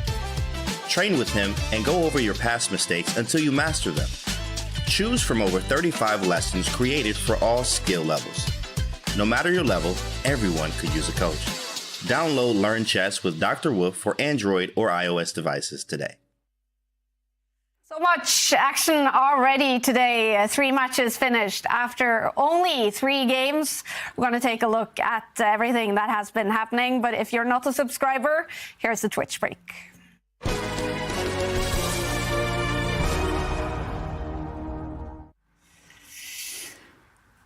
I would not have bet that, Jovanka, that 3 matches would have been finished after 3 games. Some dominant chess that we've seen already today. Yeah, it has been incredible. I mean, what an emotional roller coaster, I have to say. And wow, wow. It's just unbelievable. I mean, the way that Magnus, Hikaru just outclassed their opponents was just something else. Yeah. And who has impressed you the most so far? I think it has to be Hikaru. Hikaru actually just completely calmly neutralized Gukesh. Gukesh really came at him quite hard. And Hikaru just made it look so easy. You know, he just said, okay, fine, you're going to come for me and my king. That's not a problem. I'm simply going to repel it and just win material. Yeah. Win it in the endgame. And then also Arjun Erigaisi winning 3 games against the super strong Alireza Firouzja. He now goes through to face Magnus Carlsen in the winners semifinals tomorrow. What kind of confidence is Arjun bringing to that match tomorrow? It feels like Arjun is just benefiting from all the luck. You know, in this match, it did really resemble that Firouzja just imploded in those critical moments. And when you have a match that feels so easy, you're just going to feel like your hopes are just in the ascendant. Yeah. Wow, what a day. And it's not finished, you guys, because one match is yet to be decided. Wesley So against Rauf Mamedov. Game 4 is coming up very shortly. Here we go, game 2, you guys. Wow, piece sacrifice. And Anya, your first instinct was what? He's given up a bishop, his London bishop. Big choice from Arjun Erigaisi tonight. Look the bar. He's attacked the diagonal. This check can be blocked by Black's bishop. Firouzja leaning back though, and it's over. And here we go, game 3. I like this move, queen to b5. He's eyeing that d7 square from where he can hit the knight on e7. The b7 pawn is soft. So Gukesh here really creating his chances. Gukesh, he is knocked down to the losers bracket for tomorrow. Hikaru Nakamura stays on the winners bracket together with Magnus Carlsen and Arjun Erigaisi. But who will Hikaru face tomorrow in the winners semifinals? It's either going to be Wesley So or Rauf Mamedov. And if it's going to be Mamedov, he will have to win game 4. Wesley So is up by 1 point. And with a draw, Wesley So goes through to the winners bracket. So what is it about for Rauf Mamedov now, Tanya? Wesley So is one of the hardest players to beat in the chess world. When the guy needs just a draw, that task becomes Herculean. Yeah. It's just hard to imagine. He's so clinical with these things. Once he takes a lead in a match, he knows his task is cut. He doesn't want to create a mess on the board. He keeps everything under control. This is going to be a tough one for Rauf. Yeah. Ranked as number 102 in the world in classical chess. How big of a surprise is it actually that Rauf Mamedov is even here in the first division? I think for those who have been following chess for a long time, they're not surprised because Rauf Mamedov is insanely talented, especially at quicker time controls. He knows his theory well, he plays very quickly, and he is tough. As we just saw in that game, he was better against Wesley So in game 3. He just slipped at a critical moment. Yeah. And what's it going to be about for him now? He's going to have to win this game to take it to an Armageddon. What do you expect from the game, David? It's going to be tough. It does depend on the opening. Mamedov is very, very dangerous with the white pieces, as Robert says. He knows his openings inside out. He needs to catch Wesley off guard, take him out of his comfort zone as early as possible. If Wesley gets a solid structure, a solid position, maybe a simplified position, like an endgame, then I think there won't be any chance. So Mamedov, he needs to keep it complicated and go on the attack. He's done it before. He did knock out Nepomniachtchi from the play-ins. And let's take a look at the bracket. 3 matches in the quarterfinals have finished. 1 match is yet to be decided. And the winners from the quarterfinals go through to the winners semifinals, while the losers, they are not knocked out. They are only knocked down to the losers bracket to play losers round 1 tomorrow. We do know it's going to be Alexei Sarana against Alireza Firouzja in one of those matches, and it's going to be Gukesh against either Wesley So or Mamedov. And Mamedov, he has to win now game 4. It looks like right now, we will see Hikaru Nakamura against Wesley So in the winners' semifinals tomorrow. And that's a prestigious one, must be for any American. And it's a rematch of the Chess.com Global Championship semifinals, where Wesley So took down Hikaru Nakamura to make it to the final and eventually to win it over Niall Sarn. So you know, speaking of revenge, Hikaru Nakamura has that on his mind. I mean, already on day 2, we can get the matchup Wesley So against Hikaru Nakamura. That would be incredible. Yeah, and they've got so much respect for each other, both, of course, in the World's Elite for many, many years now. They've played each other in the Global Chess Championship. They played each other in one of the Grand Prix finals last year, FIDE Grand Prix. And yeah, that one is too tough to call. Both of them incredibly hard to beat, and both of them super fast. Yep. So that would be exciting. But first, Wesley needs to overcome Rauf Mamedov. That is exactly what he needs to do. A draw in this game with the black pieces means Wesley So stays on the winner's bracket. It's must win for Rauf Mamedov, but he does have the white pieces. And here we go. And before we can predict the opening, before Kai can get it right again, it's 1e4. And Wesley, he's not going to back down from his normal repertoire. His standard repertoire, his default setting is rock solid anyway. And I expect to see maybe the Berlin defense, if given the opportunity, one of the hardest nuts to crack in terms of chess openings. What will Mamedov go for now? It's strange to pause on move 3, I've got to say. Either you bring your bishop out, which is what nearly all top players do nowadays, or you have maybe a sideline up your sleeve.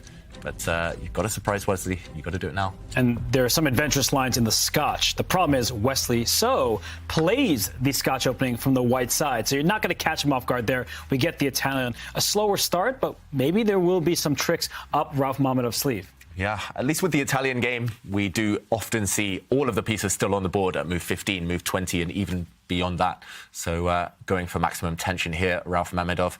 And it is one of the main lines of the Italian game.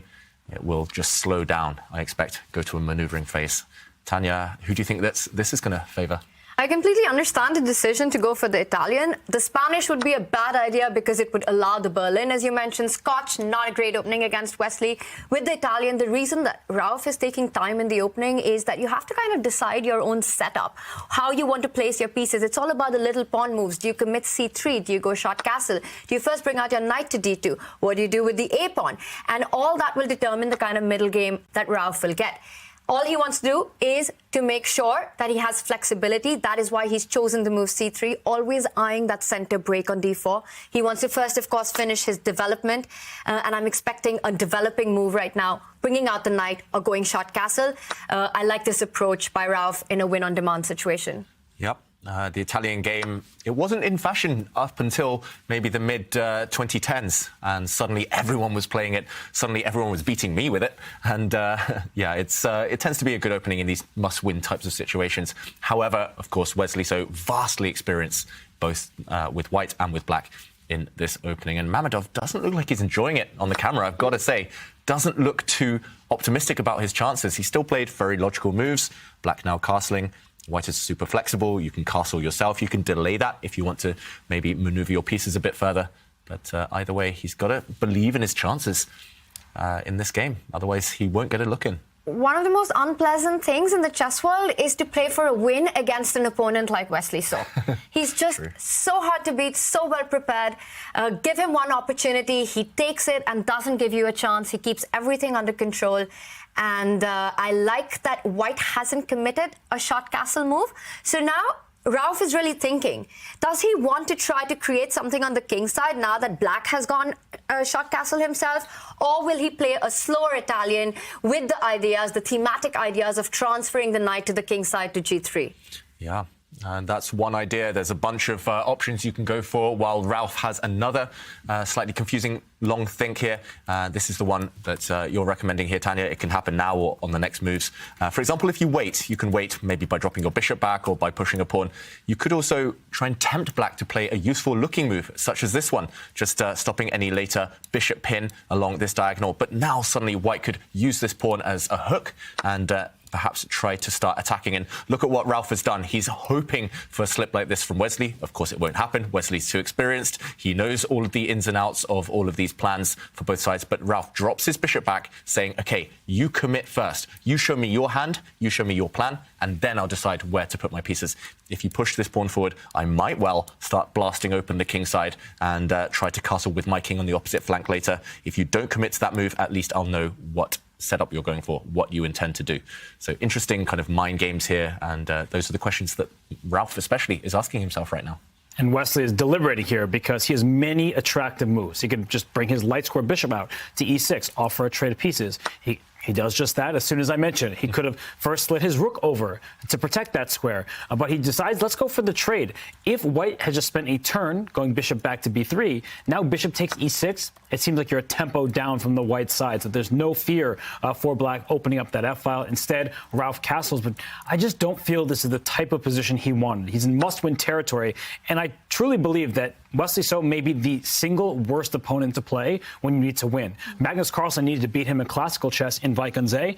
He hit Magnus of the white pieces, couldn't do it. Wesley was super solid, so I just think that Wesley, he's too precise, and he does not play with any risk. Yeah, and this position looks like a dream for black if we talk about openings and their outcomes. Now you can just drop your bishop back. This bishop is attacked, and at some point later you can aim to break forward in the center. It feels like black has equalized effortlessly. Light squared bishops have left the board, and every piece trade will guide Wesley towards safety, at least for black. And yeah, I think it's not, unfortunately, been the most successful of Italian games for Ralph, but can he keep the tension? Can he keep the winning chances? I don't think I want to face Wesley in a must-win situation. I definitely don't want to face him in this position either, because it looks right up his alley. It looks like he's well in his comfort zone. And once that bishop falls back, Wesley's already threatening to advance the A pawn to attack the white knight on b3. So white will again have to spend another tempo stopping that idea. Because if black is able to advance further on the queen side, then you get more space with the pawn jumping forward. So once I think bishop to b6 happens, white will have to make the move a4, giving black the opportunity to make that central break that we've been talking about with d5. Yeah, and it's surprising neither side took time out to go for either of those plans. Instead, Wesley just takes time now to cover this square for the white bishop. You don't allow any pin, you don't allow any uncomfortable tension there. Of course, white can't propel his pawns forward and go to try and open lines against this hook because white's king has finally committed to the king side, and he's arguing that a knight takes bishop type of move will actually favor black because suddenly a semi-open file, a backward pawn to target. If the black rooks can line up against it, it might well just drop off the board later. Interesting decision, and just safety first approach again from Wesley. So classy, just preventing any glimpse, any hint of activity for white's bishop. And we see the pieces swapped off, though. I think that gives at least Ralph something to consider, that in the long term he has the bishop against a knight. The pawn on c5, not really a weakness. I actually consider it a strength because white will never be able to push that d3 pawn up to d4. So what black will likely do is just double or triple along the d file, bring the rooks to the party and start putting pressure on that square. So I don't think that immediately white has any progress, at least not easy to make. But down the road, if white also doubles the rooks behind that pawn, maybe there are some eventual breaks, maneuvering of the pieces that can give Ralph some hope. So it's not an advantage, certainly not, but it's at least something to hope for. Yeah, it's some imbalance, and that's the most you can hope for when you're trying to win a game. You just change the type of pieces you have, change the pawn structure slightly, and hope that long-term that pays off. But yeah, for now, it's very much a slow maneuvering game while these players try to figure out their strategies. And first of all, Wesley has to defend that pawn on c5. Probably with a pawn, maybe with his queen. Oh. But, wow. Robert, what a move. What a move. I love it. He's just breaking open the center, targeting that d3 pawn and says, come and take my c4 pawn. Not only do you double up your own pawns, but watch out for that pawn in the center. Notice how the e4 pawn gets weak, and black will be able to snap that up with his own knight. I love this move. It solves the problem of having the double pawns for black. And now the ball's in white's court, and not pleasant choices to be made here for white. Yeah, it's a dilemma already for Ralph. Either you capture this pawn, as we were pointing out there, and black now has a 4 versus 3 majority on the king side in terms of pawns. Meanwhile, white's double pawns don't make a great impression here.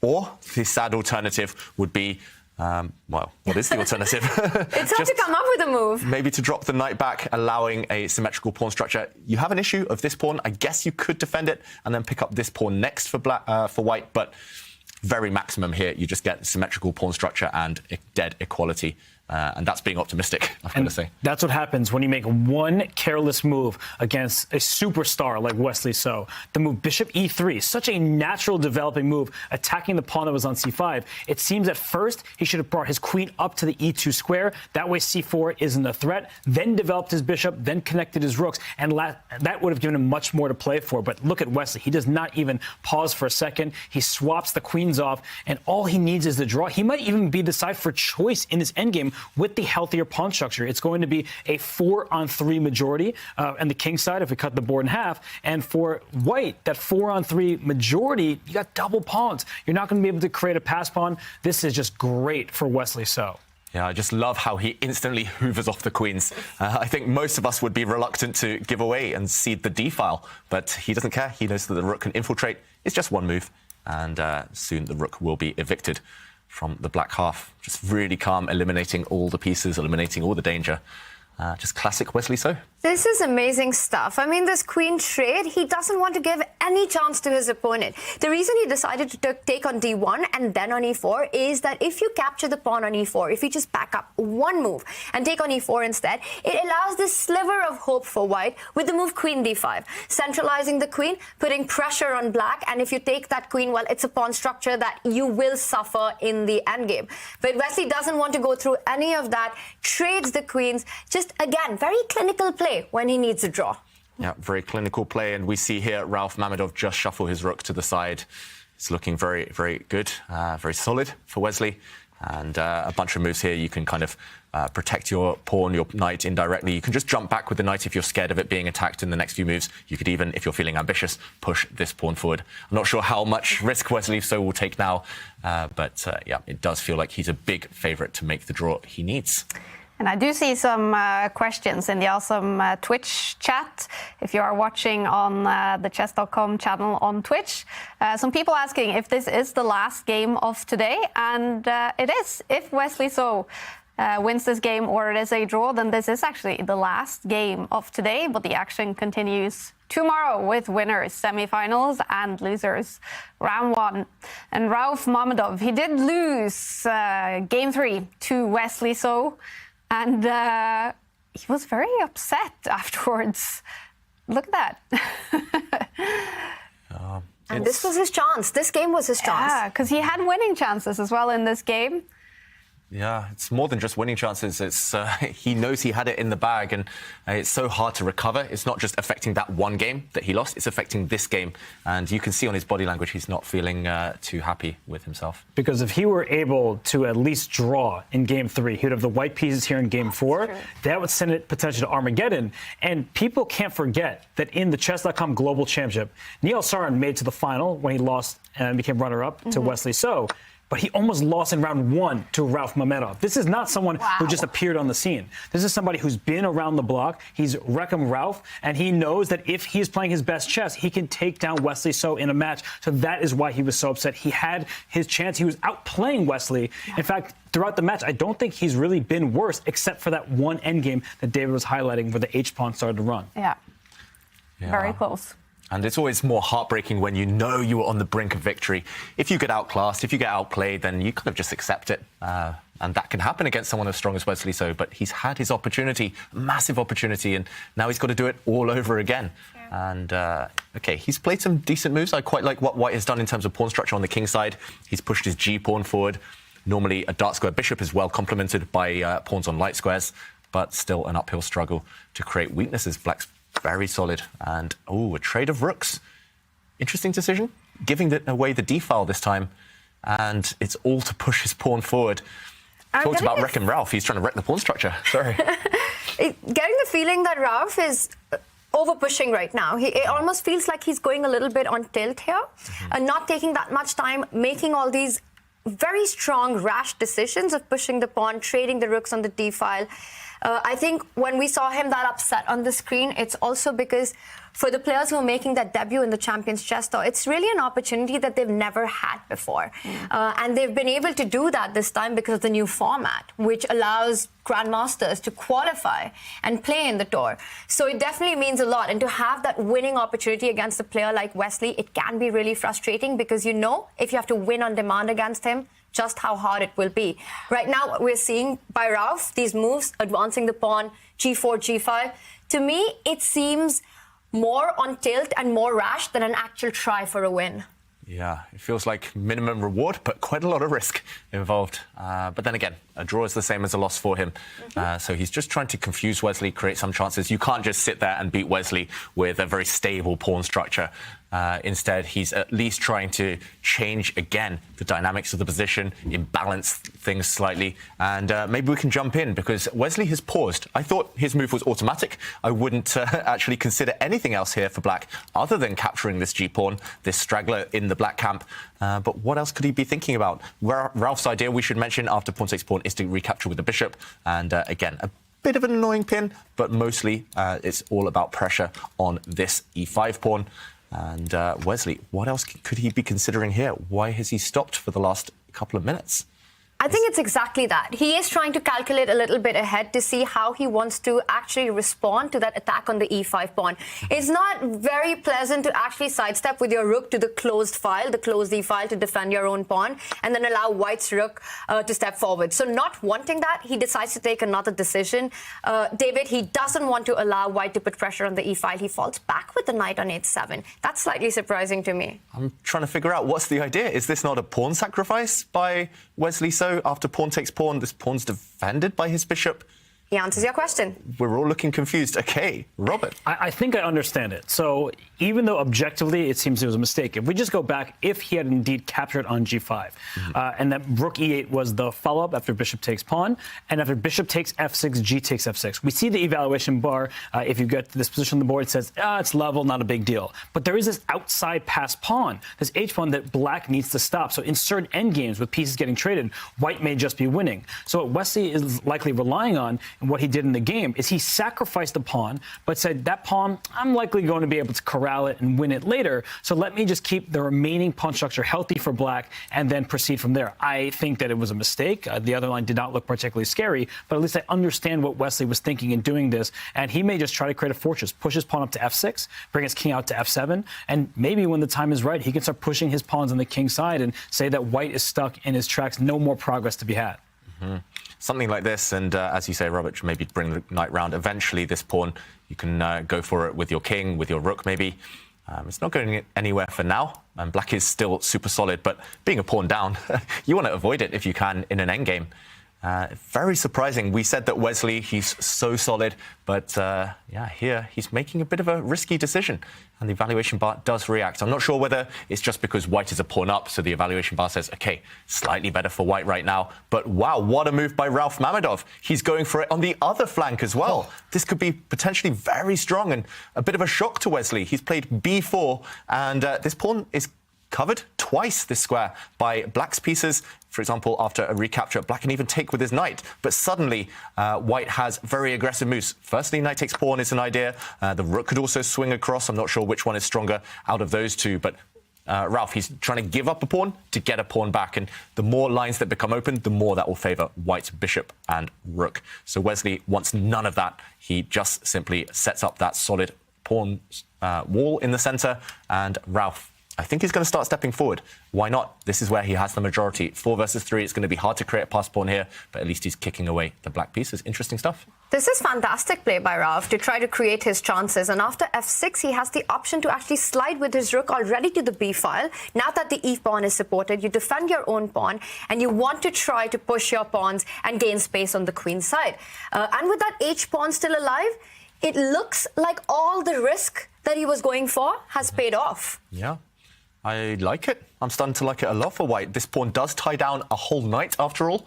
And, OK, he's just solidified his pawn structure with his own pawn. Looks like a bit of a kind of hesitant move, a bit of an indecisive move. But at least he has enough imbalance now to have a chance.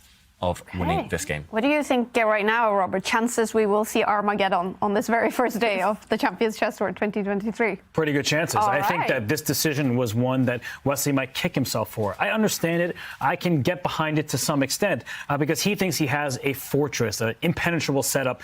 He may be down one pawn, but good luck to getting to any of the others. But as we've been highlighting, there are issues on the queen side. White does have an extra pawn on that side of the board, and black isn't just going to win this pawn on h6. That's a passer that's going to remain, at the very least, tied down some of black's forces to it. So I do think that this game will go on for quite a while, and that's good news for Ralph and his winning chances. Yeah, it's almost as if Wesley was in a must-win situation, taking that decision, giving up a pawn. Very, very strange stuff. And, OK, he's pushed his pawn to g5, so cutting the coordination between white's bishop and that passed pawn on h6. Black has a clear plan now. He's simply going to advance the black king towards that lone pawn on h6. But, again, white has two moves. White has at least two moves, maybe, while that plan happens. How can he best take advantage of the time that Wesley's given him? I'm still looking for ways to push on the queen side. It looked like Ralph was reluctant to do that on the last few moves. White's knight, white's bishop, a bit stuck. They need to improve. Tanya, do you see any plans here for white? I'm trying to work out if there's any way forward, any concrete moves here for Ralph. One thing's for sure, right? You've got to try and keep that h6 pawn alive for as long as you can. And the one thing that white needs to do to make that happen is to push the other h pawn. Once you go h4, you break this g5 pawn, which is stopping the connection between the bishop on e3 and the pawn on h6. So it can really stay on the board for a long time, distracting black's pieces. And once that happens, you can try to expand on the queen side. I like the idea, and I like the move b5, kicking that black knight away, and then advancing the c pawn further down the board, creating a second weakness on the queen side. Yeah, a second avenue for attack potentially. I'm also looking at white's knight.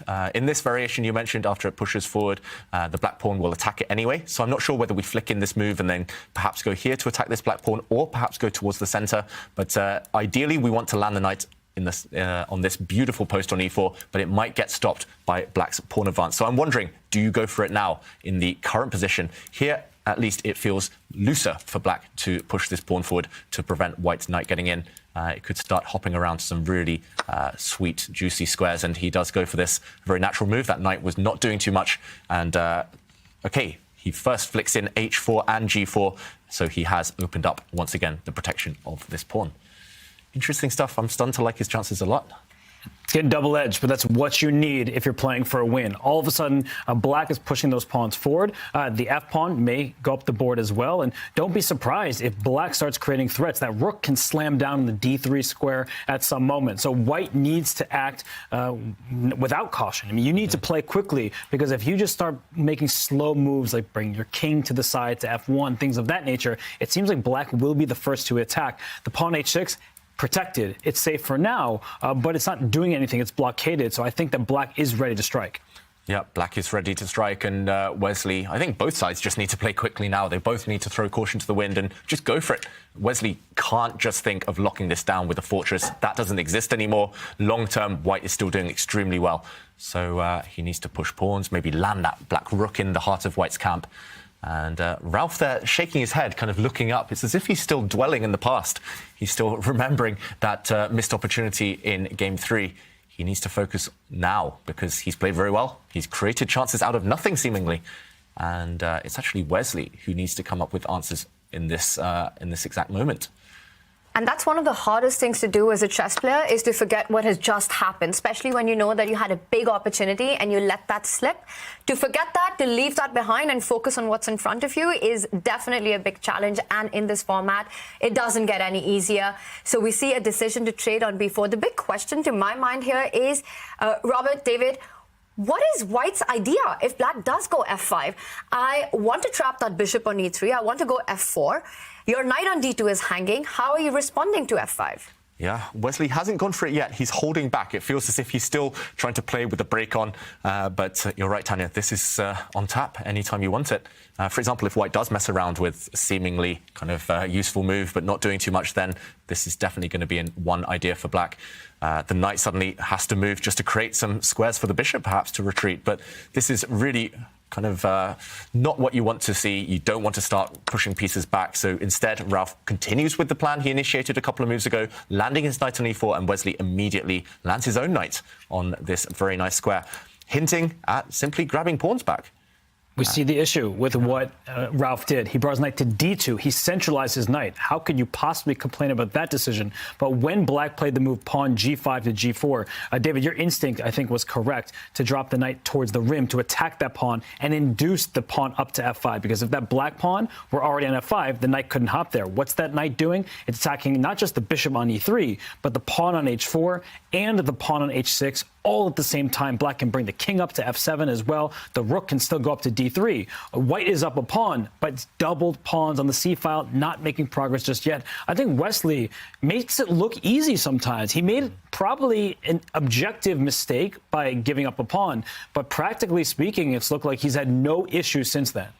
Yeah, if we think about simple positions or endgames or certain positions where there are simple plans, Wesley, I think he's #1 in the world, maybe with Magnus Carlsen up there too.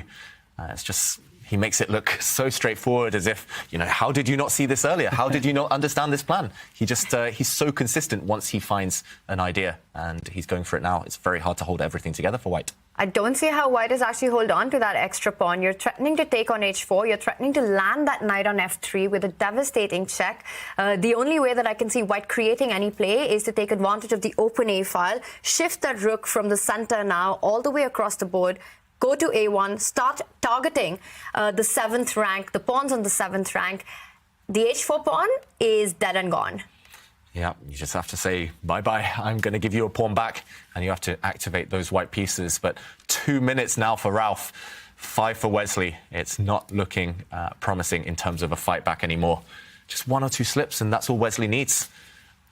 Well, this is looking tough. I don't envy him in this position. And the white king is actually wide open. There are plenty of checkmating attacks. If we go for Tanya's line, if we can just show a few moves, that would lead to a forced checkmating sequence. Let's say the rook slides to a1, the black knight takes on h4, the rook goes up to a7. Great, you're threatening those pawns. But in comes the rook to d1 with check. The king has only 1 safe square on h2 because the knight covers g2. The knight hops into f3 with check. And no matter where the king goes, up to g3 or over to g2, rook g1 is check and mate. Wow. So remember this configuration. With a knight on f3 defended by a pawn, once the rook slides in, it is going to be a mate against the white king. So I think that Wesley has this all under control.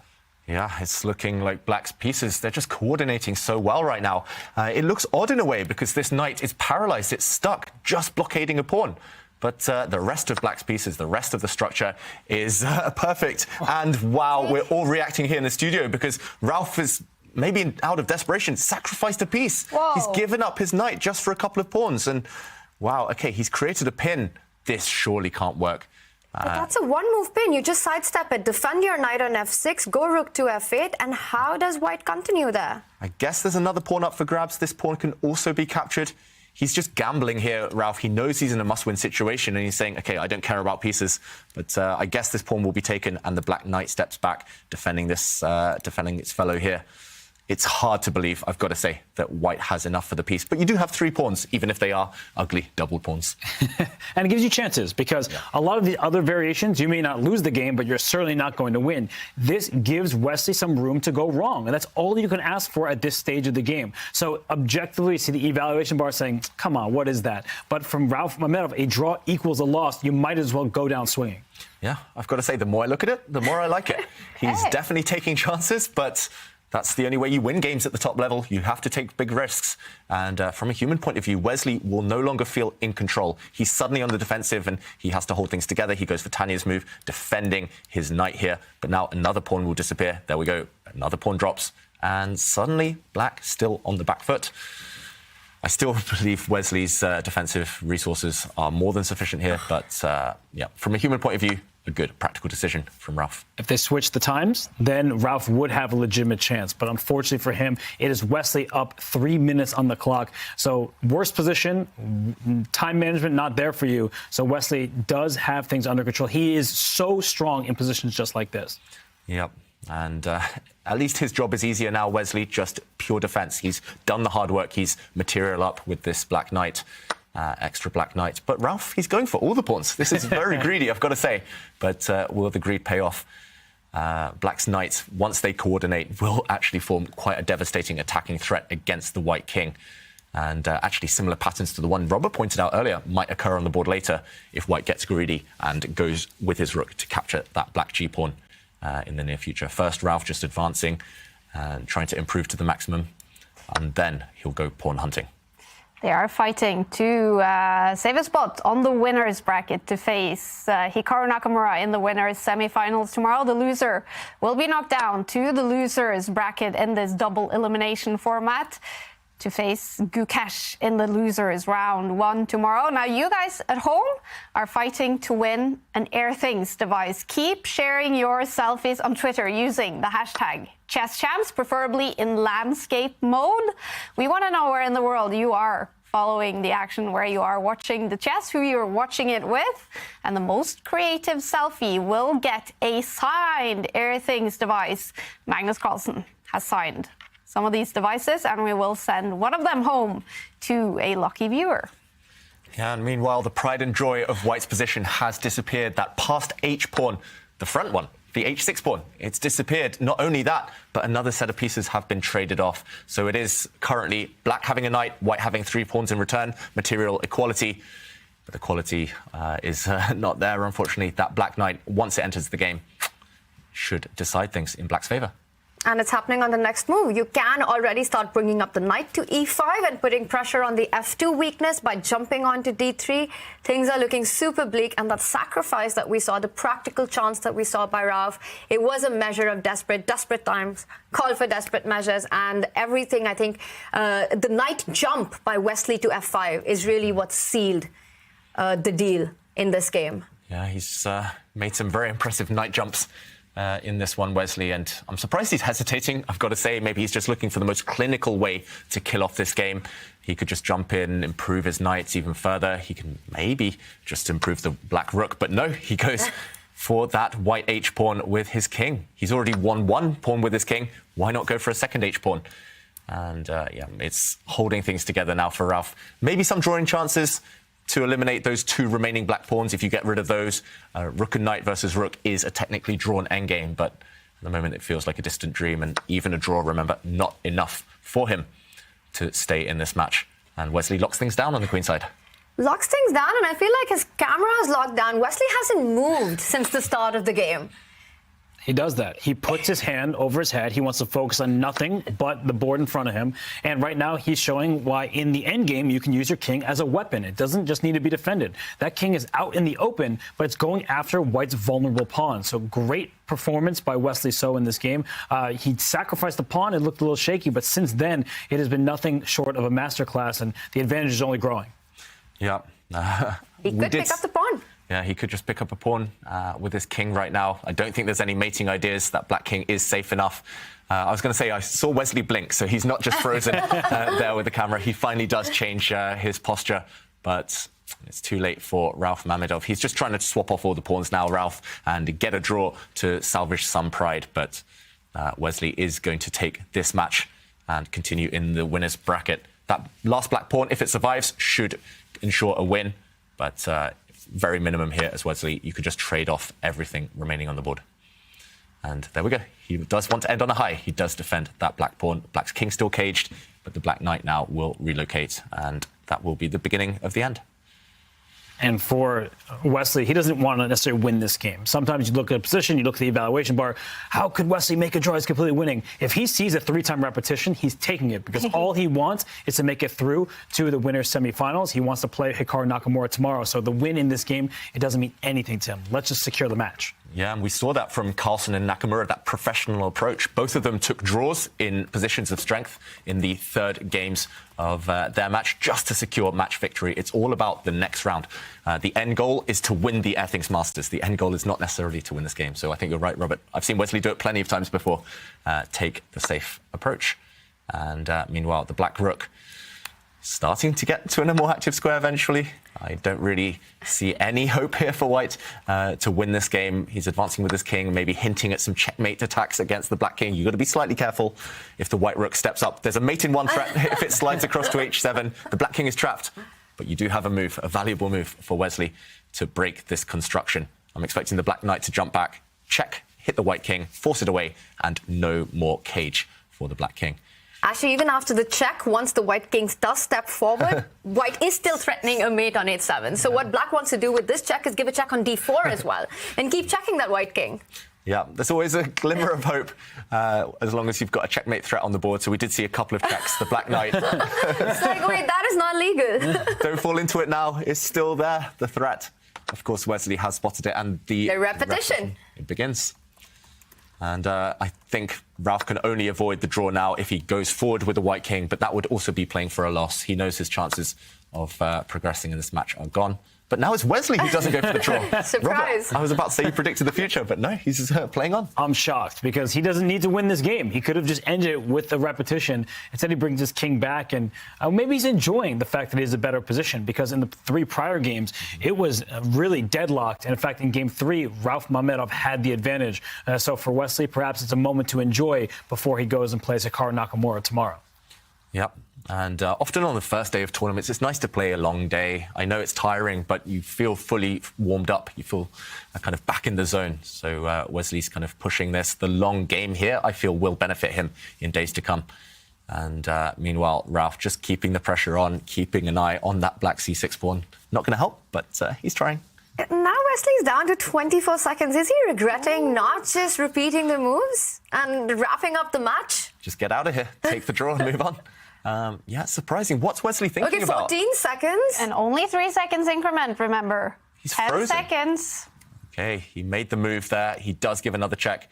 He's still on tap, that type of repetition if you kind of perpetually check that white king. I think we're going to see it now, David. I think the knight will jump back to d4, will jump back to e6 if required, and... Surely a draw. But no, he plays for the win again. Keeping the game going, Wesley So. What is he doing? This is Wesley 2.0, but it just feels so unnecessary right now. Feels like you're playing for a loss, if anything. And remember, if he loses, we will see Armageddon. Is there a chance Mamedov will win this game still? Wesley still has to go completely crazy for that to happen. But he's made some strange decisions. And, OK, he's getting checked back to the edge with his king. The white pawn is advancing. He's down to 13 seconds when he had the draw in his hands. Yeah, now you have to calculate. Like, white's rook could slide across and offer a trade. And I think it's fine for black there, but some risk involved. And, OK, Ralph has gone for this. Suddenly, white has 2 passed pawns. Rooks are off the board. That black knight is a great blockader. Under control still for black. Should be a draw once that black pawn drops off the board. But Wesley, he played it a bit close to the line there. He took some risks, unnecessary ones. And it's surprising from Wesley So because he doesn't do that in events where he really needs to win. And so when he doesn't need to win, he's suddenly deciding to take that risk. But you might be right, David. It's day 1. He's just saying, let me get into tournament shape. I'm going to win this match. And I have an objectively better position. It's about to be a draw. The knight checks the king. It's going to win this pawn on d7. And then the last pawn is stopped. We see knight and king versus king. You cannot win that. It is a draw. And that means Wesley So moves on. Wow, it is over. After 4 games, Wesley So wins this matchup. In the quarterfinals, he stays on the winner bracket to face Hikaru Nakamura tomorrow. In the winners' semifinals, Ralph Mamedov is knocked down to the losers bracket and will play Gukesh tomorrow in the losers round 1. Feels so harsh to say losers about these fantastic players. But that's double elimination. Winners bracket and losers bracket. Yeah, you can call it the lower bracket. Yeah. It makes you feel better. But no matter what, you lost today's match. You only have 1 match to spare. If you lose again, you are out of this tournament. So tomorrow's a new day and hopefully a new result for those who lost in today's matches. Yeah. And Wesley So, he is one of the favorites in the tournament. He finishes off with a draw in this game, winning 1 game today to win the match. And this game...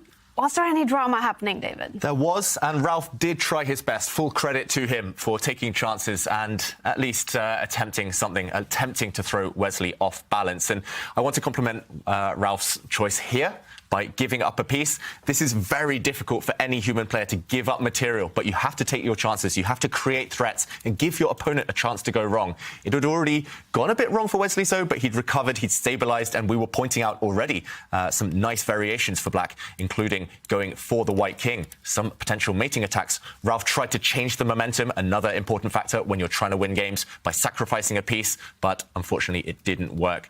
And he created a pin.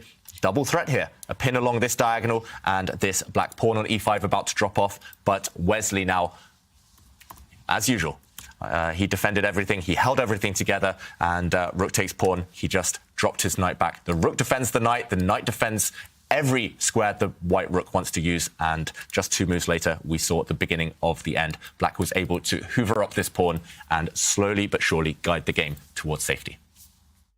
Here we go. Queen. But Wow. Robert, what a move. What a move. I love it. Wow, what a move by Ralph Mamedov. He's going for it on the other flank as well. This could be potentially very strong and a bit of a shock to Wesley.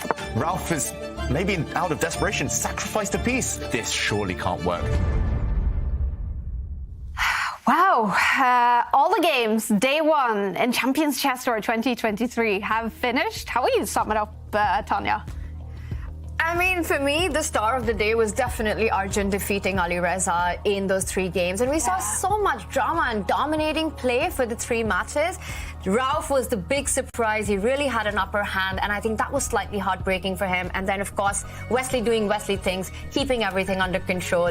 It was truly a day filled with fighting chess and drama. Yeah, what will be the reactions in India to Arjun Erigaisi's huge performance today?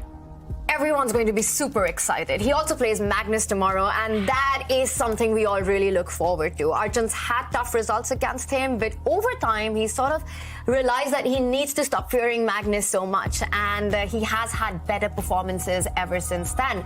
So a big match coming up. I think tonight is about celebrating for India, seeing Arjun go through, and of course, Gukesh gets another second chance in the losers bracket. Yep, that's the great thing about double elimination. Everyone gets a second chance. Let's take a look at the results from the quarterfinals today. Magnus Carlsen, a dominant win against Alexei Sarana, winning 2 games. Were you impressed with Magnus today, Robert? It was flawless. It felt like Magnus was at Sarana's throat from the beginning. He never gave him a chance, so impressive display from the world champion. And then Hikaru Nakamura also winning 2 games against Gukesh. What can you say about Hikaru's play today, David? It was classic Hikaru, smooth, polished, very classy and very controlled. Gukesh did throw everything at him, but unfortunately it just wasn't enough. Hikaru in top form. Yeah, and then 3 wins for Arjun Erigaisi against the other teenager, Alireza Firouzja, to win that match. Wesley So getting that 1-game win he needed to knock Ralph Mamedov down to the losers bracket. And let's take a look at the bracket. Double elimination format this season on the Champions Chess Tour means Magnus Carlsen stays on the winners bracket to face Arjun Erigaisi in the winners semifinals tomorrow. Wesley So and Hikaru Nakamura in the other winners semifinals also to be played tomorrow. That is best out of 4 rapid games. On the losers bracket, Sarana against Firouzja, that is best out of 2 rapid games. And Mamedov against Gukesh, best out of 2 rapid games. I have to ask you, Robert, Wesley So against Hikaru Nakamura, American battle. You do hold us a favorite in that one. I think it's a complete toss-up. I know that's a cop-out, it's a cliche, but Wesley So is so difficult to beat. And for Hikaru Nakamura, if he's thinking about that semifinals loss at the Global Championship, that could kind of make him feel like he needs to win, lose some objectivity. So I really see that both players having their chances. They've had impressive days today. Hikaru played the better chess, but tomorrow is a new one. Yeah. And then Tanya, Arjun Erigaisi, he was crushed by Magnus Carlsen in the final of the Julius Baer Generation Cup last season, but he must have so much confidence going into that semi-finals against Magnus tomorrow. 100%. And also the fact that he made it to the finals of the Julius Baer Generation Cup. That is a huge deal as well. And I think it's going to be very critical for Arjun to just forget that he's playing Magnus and try to keep that aside. He needs to keep control on the clock, make sure that he doesn't fall a lot below, a lot behind Magnus, come up with some good opening ideas. He needs to do everything right because that's what you need to do if you have to beat Magnus. Yeah. That is one of the winners semi-finals tomorrow, the other one. Wesley So against Hikaru Nakamura. And we're joined by Wesley. Congratulations on winning your first match of the season, Wesley. Hi, thank you very much. It's good to see you guys again. Very good to see you two sitting at home in Minnesota. I can see, Wesley.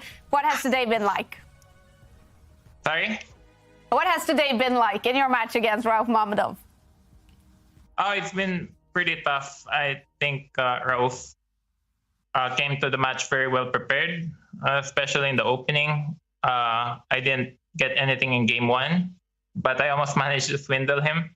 And game 2, he surprised me in the opening, but I replied pretty solidly. And game 3 was clearly the turning point because I prepared this line in the King's Indian, but he didn't know what to do. But I blundered the pawn on b2, and after that, I guess Black had the initiative.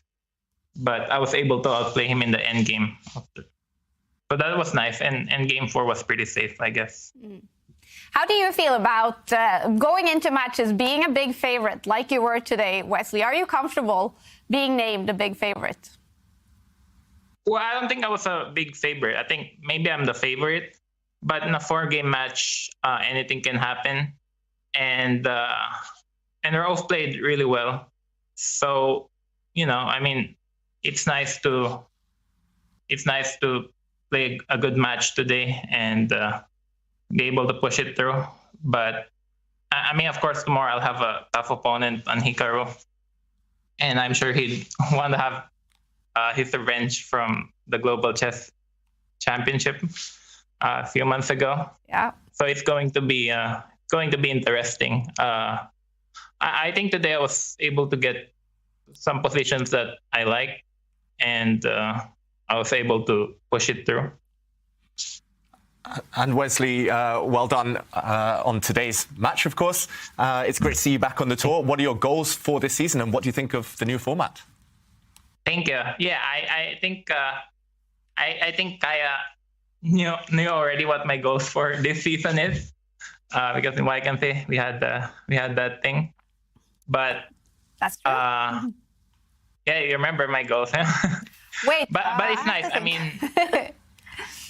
it seems that there's new rules and new format within every year. But I like the time control with the 3-second increment, and I like match formats, even though I would prefer it to be 6 games or 8 games. But it's all good. At the same time, there are far less events this year than last year, with only 6. So it's going to be interesting. I hope to do well tomorrow, because I was watching the play-in the other day, and it's so difficult to qualify in the top 6. So I hope to do well, and if I don't qualify, then just do the play-in. But it's going to be interesting with lots of new players and lots of grandmasters this year, and it's certainly tougher than last year. Yeah, I remember. But on that hand, I'm very pleased also to be seeded for the first event and playing the same event as Magnus. I remember one of your goals, Wesley, was to win one of these Champions Chess Tour events this season. What chances do you give yourself in this one, with both Magnus in here, Hikaru that you will face tomorrow? Yeah, I was hoping that one of them would fall early, but it didn't happen. But no, I just want to play good chess. I mean, I'm still trying to focus on classical chess this year, but I like playing this online events. I like this format. I'm not the best player in Blitz. There are many other better players than me, but with 15+3, I think I can compete. And Wesley, congratulations so much on today's win. It was amazing to see you fight that difficult third game and do your thing in the fourth one. So firstly, congratulations. And I want to just look ahead to tomorrow and ask you a little more about that, because it's such a big match for us. It's sort of like the two big heavyweights playing against each other. You're facing Hikaru tomorrow. What do you think you have to do well to get by tomorrow's match? And is there something that you're worried about what Hikaru brings to the board that you need to watch out for? Well, first of all, I have to understand the format. So tomorrow is just a 4-game match? Yes. Okay, just a 4-game match. Winner is semi-final, and it's best out of 4 rapid games, just like today. Okay, so it's nice. Yeah, I mean, Hikaru's been doing very well online, winning Speed Chess Championship and all those Title Tuesdays. So, I think I have to be at my very best to compete against him. Even the match in Toronto could have gone really either way. So, Hikaru plays online every day. basically, and he's got one of the highest ratings in Chess.com. I think I need to get good positions out, the opening positions that I enjoy playing, and try not to blunder anything, and try to keep up on the clock. Today my time management was not the best, and I'm also very impressed by the fact that Hikaru won today in 3 games, and so I'm going to be checking that, and hopefully history repeats itself like from before. Yeah. What a match it's going to be. We're already looking forward to it, Wesley. Big congratulations on your match win today, and good luck tomorrow as well. Yeah, thank you, guys. Thank you so much for joining us.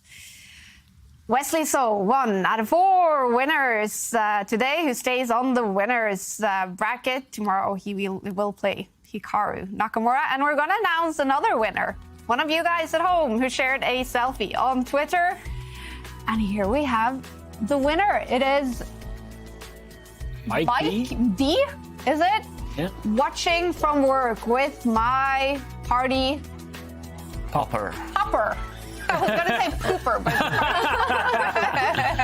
but cheering for Wesley. P.S. Would love to know my workplace air quality. Well, Mike, now you can. We're going to send an Airthings device to you. It's going to be signed by Magnus Carlsen, and you can use it to measure air quality in your home. Air quality has been good in the studio today. It's been the very first day of the Champions Chess Tour 2023 season. How will you sum it up, Robert? Has it been good? It's been amazing. We've seen some of the best players in the chess world kind of crush some of the upstarts in the chess world. And then we also saw some mesmerizing finishes. Wesley So kept us on the edge of our seat. He makes it through the semis to face off against Hikaru Nakamura. That'll be really exciting tomorrow. Yeah. And tomorrow we will lose the first 2 players, David. 2 players on the losers bracket. They will lose their matches and be knocked out. What do you expect from day 2 of the Airthings Masters? I think any player who is at risk of going out will want to go out in style, and I expect more of the same. Those in the losers bracket, they're shorter matches, just 2 games, but I expect more of the same. Today, everyone was going for the full point in every battle, and I can't wait to see more. I'm so excited. And we have to remind you guys, there's also a Division 2 and Division 3 going on in the Airthings Masters. I'm just quickly taking a look at some results. Daniil Dubov has lost his match and is knocked down to the losers bracket in Division 2. You can check all of those results if you head in to Chess.com, and join us again tomorrow for day 2 of the Airthings Masters. The action continues and 2 players will be knocked out. Thank you so much for watching today, and we'll see you again tomorrow. Bye for now.